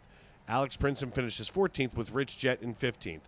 Derek Bacorn finishes 16th, while Payson Lindsay and Andrew Deemer finish 17th and 18th. Steve Herring and John Bawalda round out your top 20, while Sam Bolin, Daniel Moynihan, Gabriel Lafreniere, Dennis Mickelson, Eugenio Alonso, Mikey Mack McConville, and Brandon Minto round out your top 27. And, of course, McConville and Minto, we're going to have to update those points quick, fast, and in a hurry, because they were duking it out for the points, and I think this is going to be the night where McConville overtakes Minto for our points lead. Bennett Allen comes home in 28th with Anthony Savignano in 29th, while Nick Hansen gets the 99 into 30th position. Michael Pilardi and Chris Claude finish 31st and 32nd, with Diego Rodriguez finishing 33rd, while R.P. Allen, Ethan Eckert, Richard Pruitt, and, of course, my broadcast partner for the evening, Brockton Packard, make out your top 37. And finishing last in the field tonight, so just behind you, Brock, was Noah Hamilton finishing in 38th. And, folks, I want to thank all of you for tuning in tonight here on Sim Racing Media, of course, on YouTube.com. And we want to thank you for welcoming us into your homes, onto your phones, wherever you may be and however you may be listening. And tomorrow and every day as you walk down the road of life, please don't play in traffic. Good night, everybody.